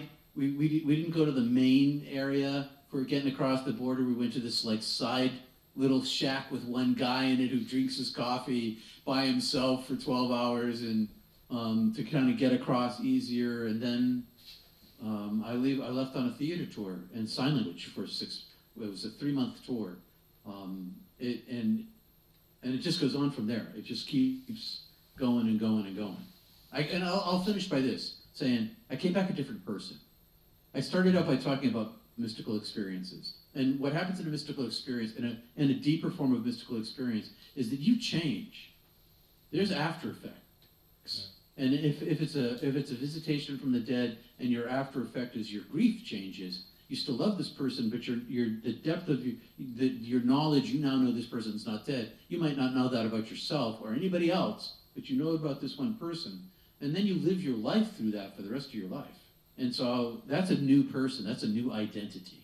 Yeah. And I came back with a new identity. I was not the person I was before. I was in the same body. I had the same physical, benefits and problems, the things I had, my advantages and disadvantages and those things in between. Those didn't change. But the person I was on the inside was totally different. I knew from the very moment I came back that I was living inside this thing. I was inhabiting it like it's like a bio robot. And my software is still in the cloud, and I've got an app inside of this, and my app reads the software, and so I've got a presence inside of this thing, but it's not me, and I live inside this thing, and so my orientation, the whole world is like this. Everybody's walking around like they know who they are, and they don't have any idea. They're all like, everybody's blind, and I was pissed because I came back to this ugliness here because it's super ugly in comparison, and I came back to this isolation and this new perspective and no rule book, no manual, no language, don't know what happened to me, don't know, can't explain it to anybody, don't want to. It took me until today. I'm still reintegrating. Wow. I've had major reintegrations along the route, but I'm still learning new things. I'm still adjusting. That personality change thing, like, I'm with a lot of psychedelics, it can simulate a near-death experience, right? Like, you'll go through the cycle of life and see your death and all this stuff. And I've heard it more than once, scientists be like, the fact that people come back from that sort of thing and their identity is different, like, just weird scientists out, more than once I've heard them be like, I don't know how to feel about that. Their characters, like, their identity's different, after they experience. So I've seen it to a degree, myself, somebody I grew up with, a strong psychedelic experience, and their character was different. Yeah, well, they had an end of duality experience of oneness, and when that happens, and you realize that you're not this person, unless you. And it's important to have support. It's important to have a way to process that. I didn't have a way to process that. I was alone, and so part of my change was that I was an undergraduate in English, and I decided that English major. Then I was going to go, as a graduate student, I was going to go to architecture and join the family firm. I've been my plan my entire life since I was 7, and I first picked up a pencil at my dad's desk. All the jobs I held had to do with that. It was all about that. And I came back, and I'm like, I'm not doing that. And my parents were like, what are you talking about? And I went to study mysticism. I went to Yale to study mysticism, which is not a degree there. I got a master's of divinity, but the dean of students let me, when I didn't give her any reason why I was doing this, study mysticism. So I studied the history of mysticism and contemplation in order to find if there was anybody else in the history of the world like me, and if there were, what could they tell me about myself and how to live this way? And it turns out there are, and there have been, and there's lots of them. And thank God for the internet, eh? It probably there was no internet. Well, not then, but now. Oh, now, Yeah. Oh yeah, it's super easy. Yeah. Oh yeah. I can live where I live now and continue my research. The slightest difference the slightest peculiarity will ostracize you oftentimes in communities and stuff like that, let alone like having this massive sort of secret, or this just giant character changing revelation. It's like that sounds like it would be tough. It was challenging, and everybody knew. Okay, I never told anybody what happened. So I come back with a stutter. On my journey back, I get picked up by this cowboy, and I get picked up by this cowboy, who I flag down. Okay, so I get left off in Missoula, and I'm stuck there. And it's middle of the night, and there's nobody driving anywhere. And so I literally stepped in front of a pickup truck on the highway, and I flagged this guy down with my flashlight, and he pulled over. So comes some cowboy, and I told him my sob story that I'd been in a car wreck. I didn't tell him what happened to me. I've been up backpacking, and we were in this car wreck, and he's like, okay, let me take you. Takes me into town, and I think it's into Butte. I think it was Butte. Takes me into town, buys me dinner, because I hadn't eaten in like 24 hours. And no, that's not true. I had a piece of pizza. That's not true. We had pizza in Calgary, which was like, I have to eat to make this thing work. I have to that's so weird. Chewing was disgusting to me, actually. And then I call my parents. He gave me money for a bus fare from Butte to Bozeman, and money to call my parents. So I call my parents, and I have a stutter, and my mom picks up the phone, and I tell her what's going on with the stutter, and I don't tell her I died. But I realized as a child, because I had these other mystical experiences, that if I told anybody about them, and I had told my mother about my first one, that went badly for me. And I decided a long time ago I was never going to talk about them. And so I never talked about any of the experiences that I had because of what you just said. And so then I lived in the closet. Everybody knew I was an eccentric. I was like eccentric spilling out of me everywhere I went because I was making other decisions. Like, I'm going to walk barefoot every day. Just crazy stuff. And because I had a different point of view. And so years and years and years and years, decades later, maybe 5 years ago, after I told my parents, maybe 10 years ago, maybe 20 years ago now, but maybe 5 or 7 years ago, I asked my mom and my dad. My dad is passed away this past year and went home, and I know he's fine because I saw him when he was dead. He's all right. And so, horrible death, though. The dying part was no good, but the death was beautiful. So I say, when I came back that summer, what did you notice about me? They're like, well, you were really, really compassionate.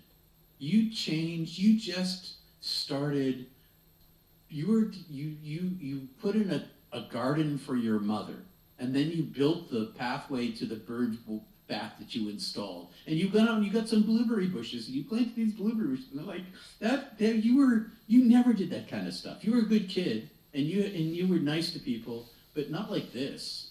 And that began this whole long life of trying to hide this thing that was roaring inside of me for fear of being institutionalized, frankly. And so I can understand why you didn't want to come back, for Pete's sake. Where you come back and you're a more compassionate person and people are worried about you. Yeah, exactly. Yeah. And the decisions I was making, I was giving up when I chose not to go to architecture school. I gave up a lot. I mean, I gave up a lot, but I really didn't care. I wasn't interested. I remember the day I made the choice, because my parents were pressuring me. I was out walking my dad asked me to go look over this it must have been a 10-acre lot. And it was full of blueberries and wildflowers and spruce trees and birds, and it was a summer's day, and I was also walking barefoot in this place. So I'm walking, I was surveying this because they were going to put in somebody was putting in a new, like, outdoor mall, and my dad was going to bid on the job. And, a year before, I would have been like, get the measuring tape, let's go out there and survey this thing, and we're going to build this thing. And now I'm like, butterflies and crickets, I can't kill these things. And I went back and I told my dad, and he said, but Pete, he was going to involve me in the project as part of my preparation to go into graduate school. Like, he was like, we've been working this whole thing. I've been working in construction. I've been working as a laborer, building houses and working with the electricians and like this whole thing.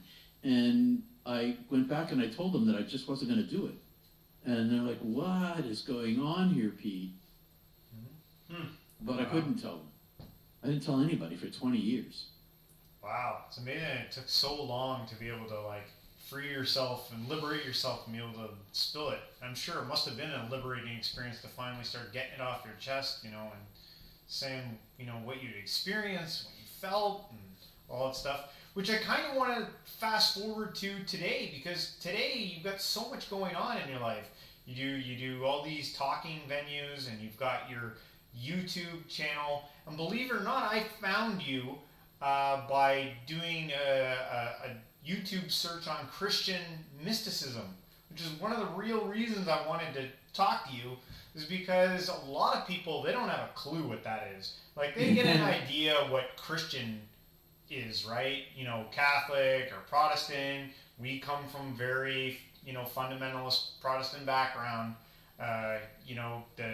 Go to church on Sunday, read your Bible study, all that jazz. But the thing that sticks out to you is this experience over beliefs when it comes to you. And I'm sure that has something to do with this Christian mysticism. And I get your side of the mysticism, but where does the Christianity part, how does that fit into your equation here?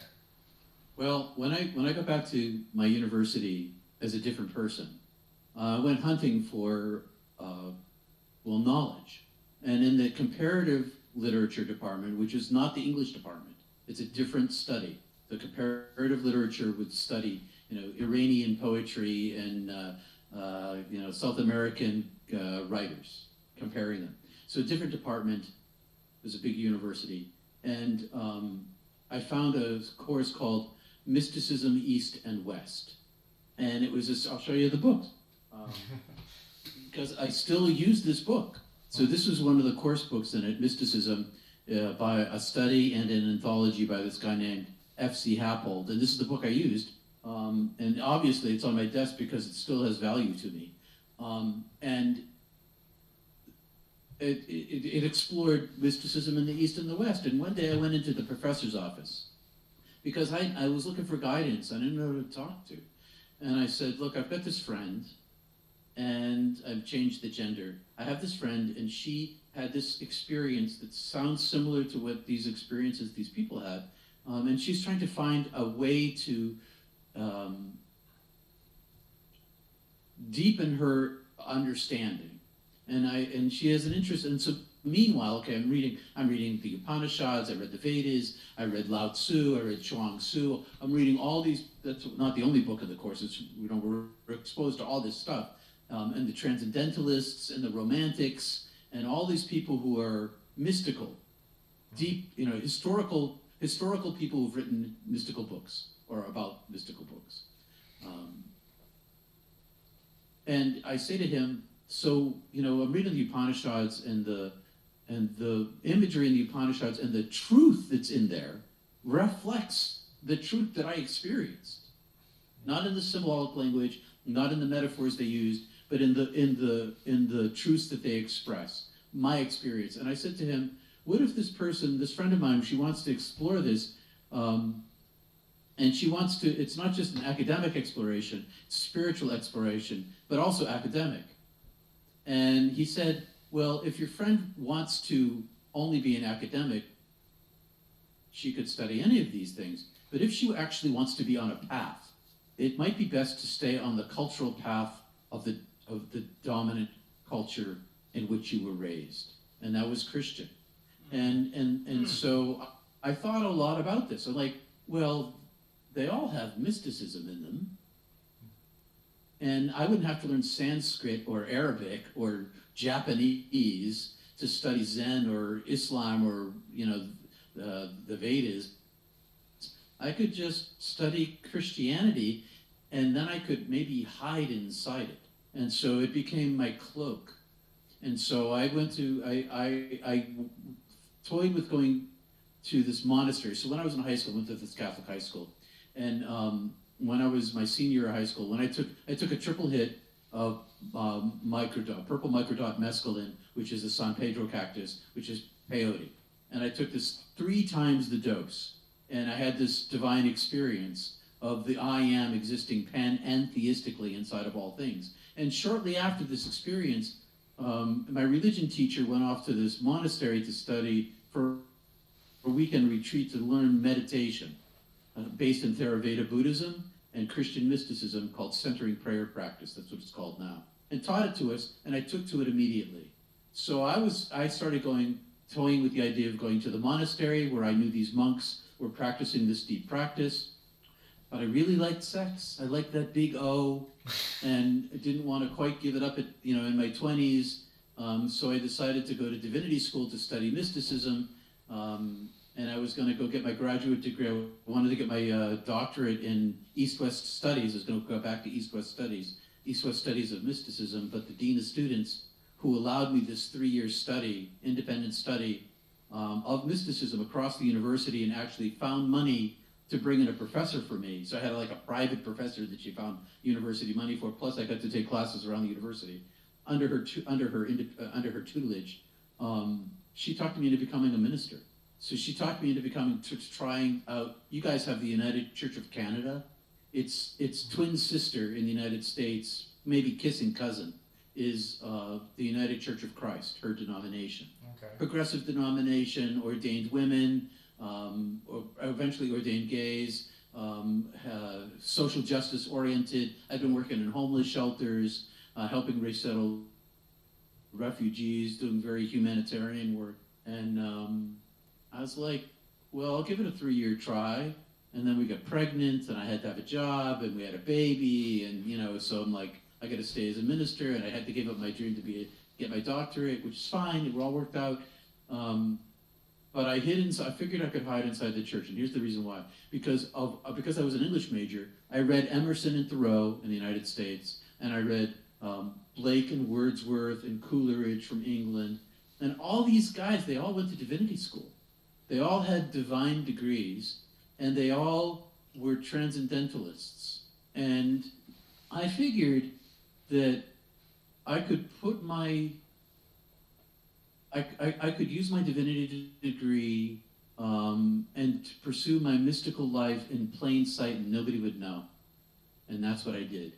And so I had studied with in the school of Marcel Marceau in his mime school. When I got back to my university, when I was touring in this company, I was touring as a mime.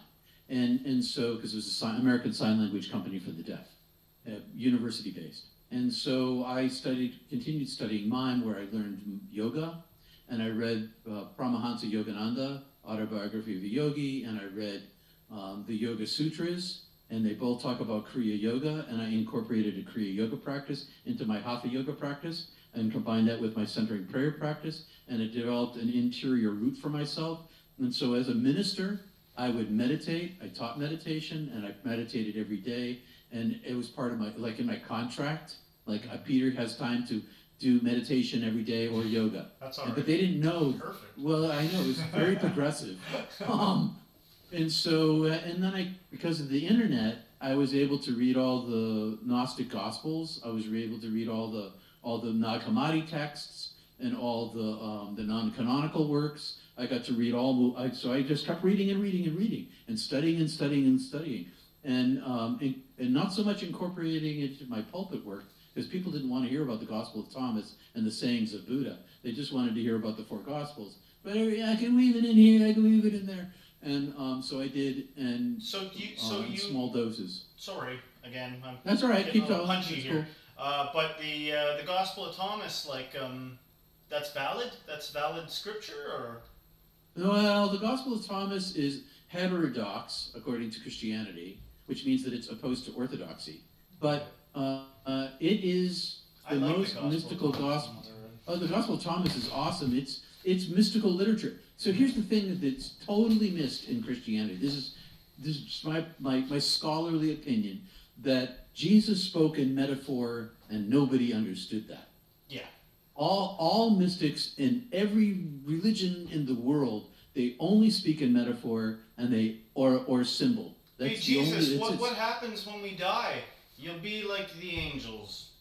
Yes, exactly. And then people are like, "Oh, we're going to be exactly like angels." Wings. Yeah. And so it's frustrating, but whatever. I mean, hey, teach their own. Maybe I don't know. Maybe we are like angels, but sorry, go on. Yeah. Well, we are.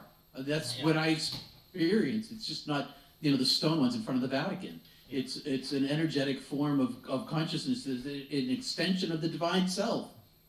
And so I went this route, and I hit it, and as a result of it, so because I'm an eccentric, I was in all these crazy positions in the church, like embezzlements, murders, shootouts, like extreme violence. And I'm in the middle of all these crazy things, And because I'm a near-death experiencer, I know you can't kill me. So I'm sort of invincible in that way. You can hurt me, but you can't kill me. And so I made a lot of decisions. I was assigned, you could say, or hired by churches that were extremely sick. And my job was to help them get well. And it came at a lot of cost to me and my family.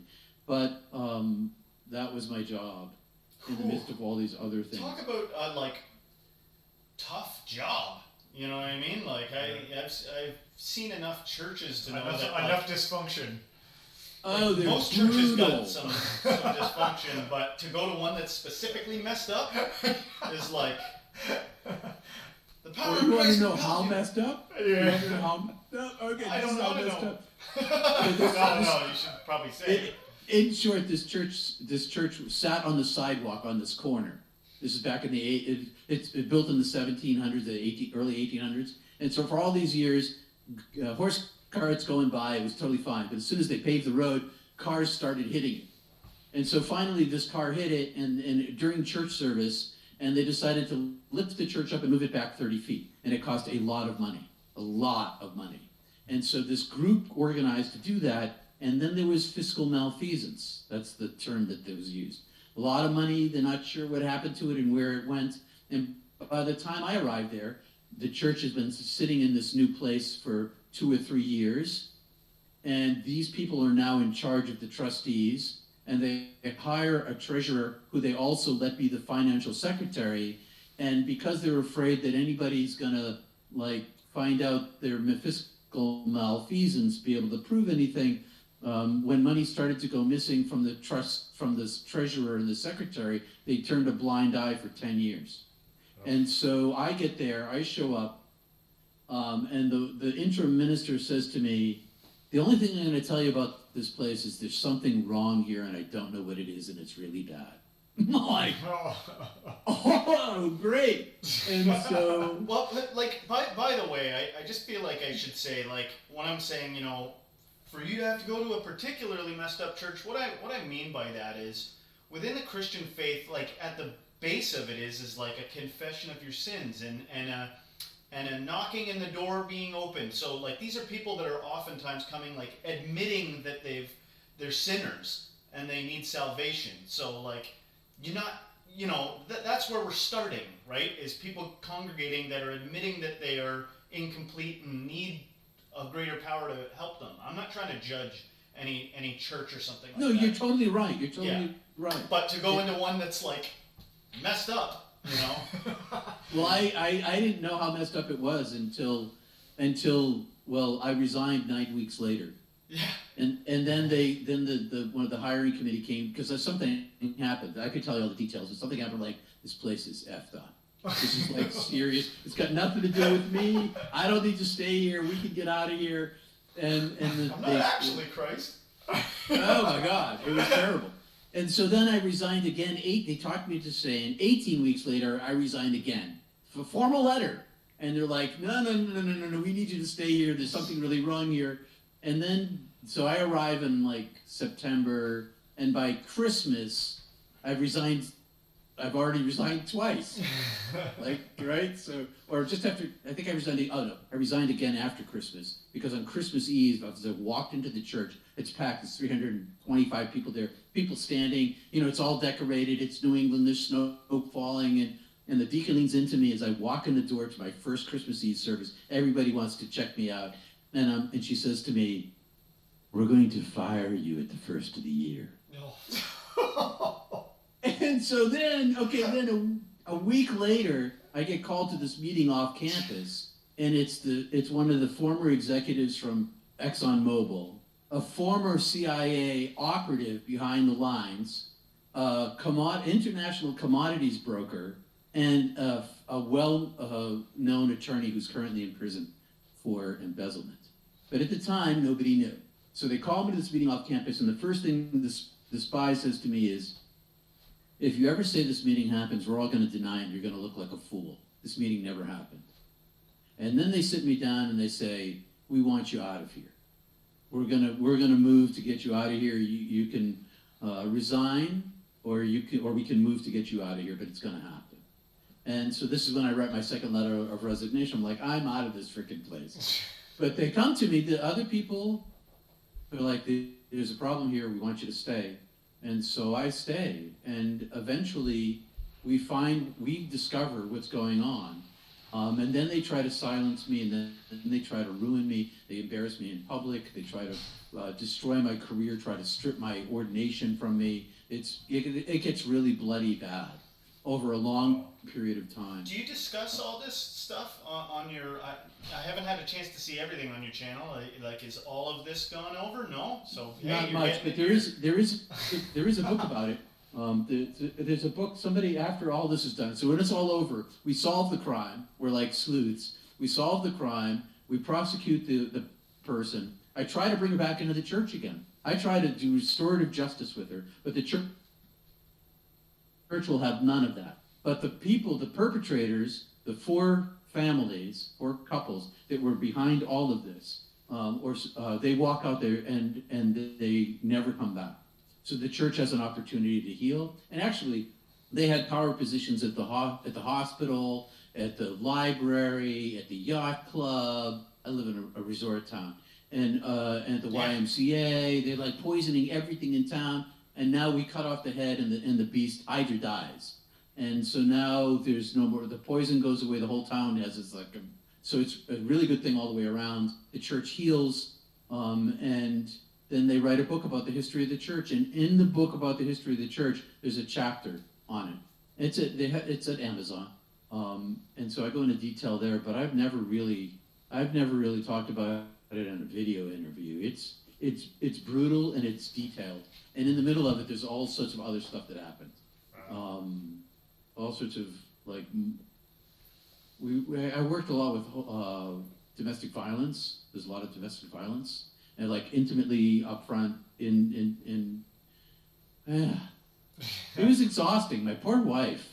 What a drama. The whole thing was just drama after drama after drama. So your wife is like an angel then too? She's like an angel. I've got one of them. She's like an angel. And then I got recruited into television, and I spent 15 years with the TV show with no drama at all. And it was quiet, and it was spiritual, and then that ended when New Corporation purchased the TV station, and then I started this YouTube channel and this counseling service that I run. And I teach meditation, and I Kriya yoga, I teach Kriya and meditation, and I deconstruct Thomas. We're in the midst of deconstructing Thomas. Yeah, I've noticed that on your channel. The lens of near-death experience.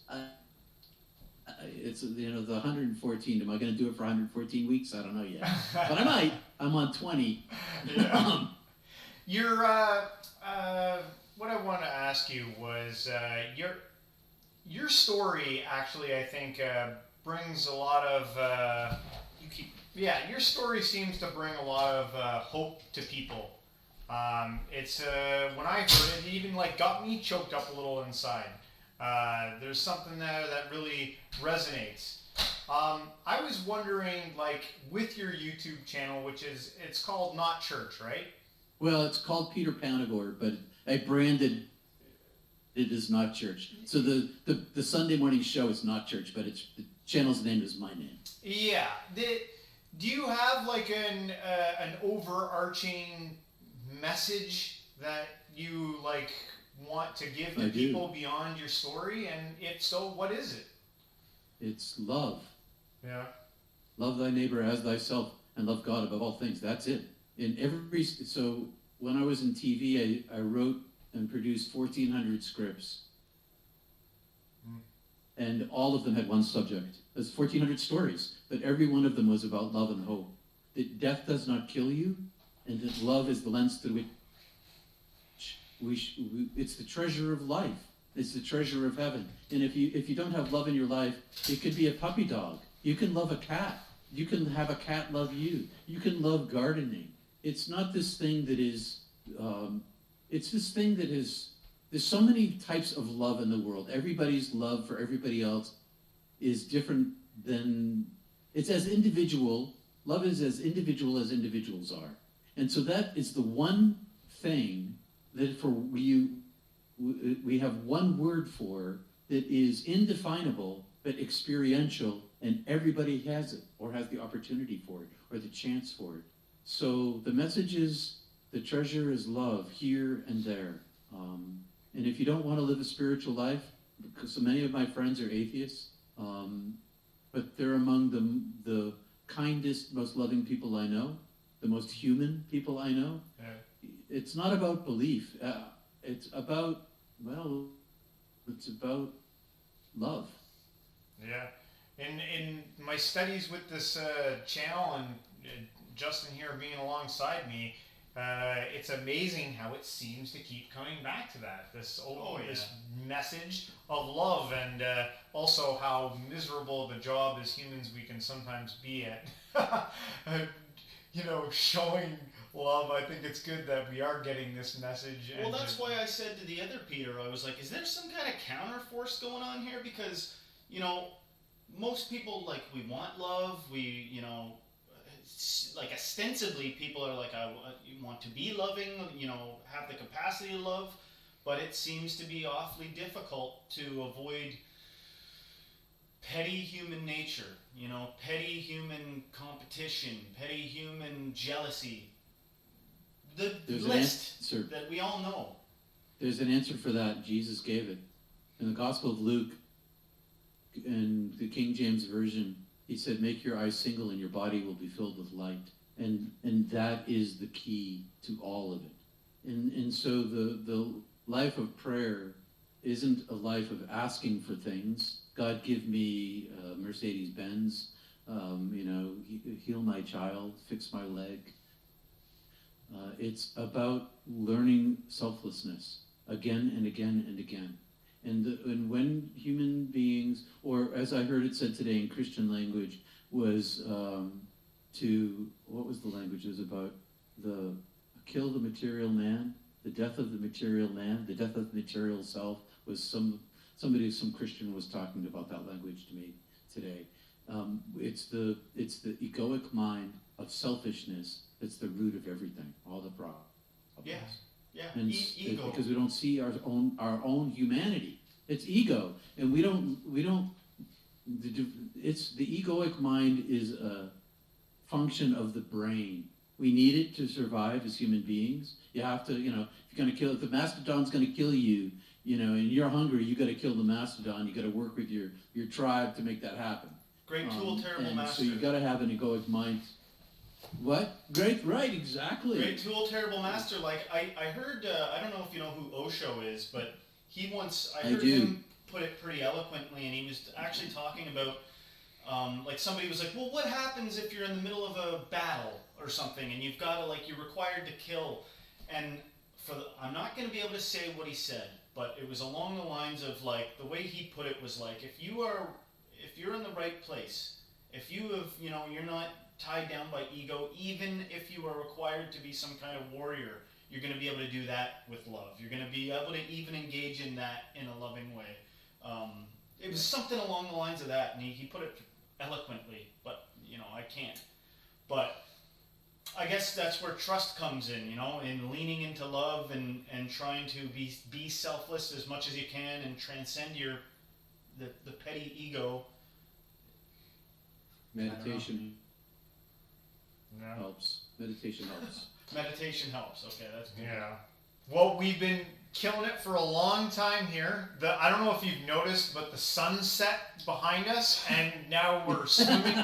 We're swimming under the sea with the blue lights in the background. It's kind of funny, but I just wanted to say thank you so much, Peter, for coming on this show and telling us your story. I know people are going to watch this and they're going to be moved by it the same way I have. And it's definitely something worth contemplating. I'm going to leave all the links for your stuff down in our description box so people can find you. But as just a last word, is there anything you got going on that you can let people know about that can kind of steer people towards what you're doing? Now's the time. Let us have it. Go to peterpanagore.love. peterpanagore.love. Okay. All the links are there. I've got teach meditation 3 days a week live on YouTube, and do a live show on Sunday where we're deconstructing Thomas. We have a Mystic Tea Salon following Sunday morning at 10 a.m. Eastern Time. A Mystic Tea Salon is a global group of people who've had mystical experiences, some near death, some other kind of mystical experiences, where we talk about it. And it's a crowdsourcing wisdom is what it is. And the other thing is I'm working hard. I sold my book to, it's been optioned for a movie. I've been working on it for 2 years, working closely with producers, and it's going great right now. So that's underway. But peterpanagore.love, I've got a whole bunch of bugs in the studio. There's all sorts of flies flying around. Yeah. peterpanagore.love, and I do counseling. So if you want to have a conversation, consulting on spirituality, or counseling around mysticism, or I was a pastor for 20 years or longer. Yeah. Still a pastor, technically. Yeah. Do that too. All right. Well, thank great. you. Thank you so much, everyone. I want to, if you're watching this show, thanks for watching. All our stuff will also be in the links in the description.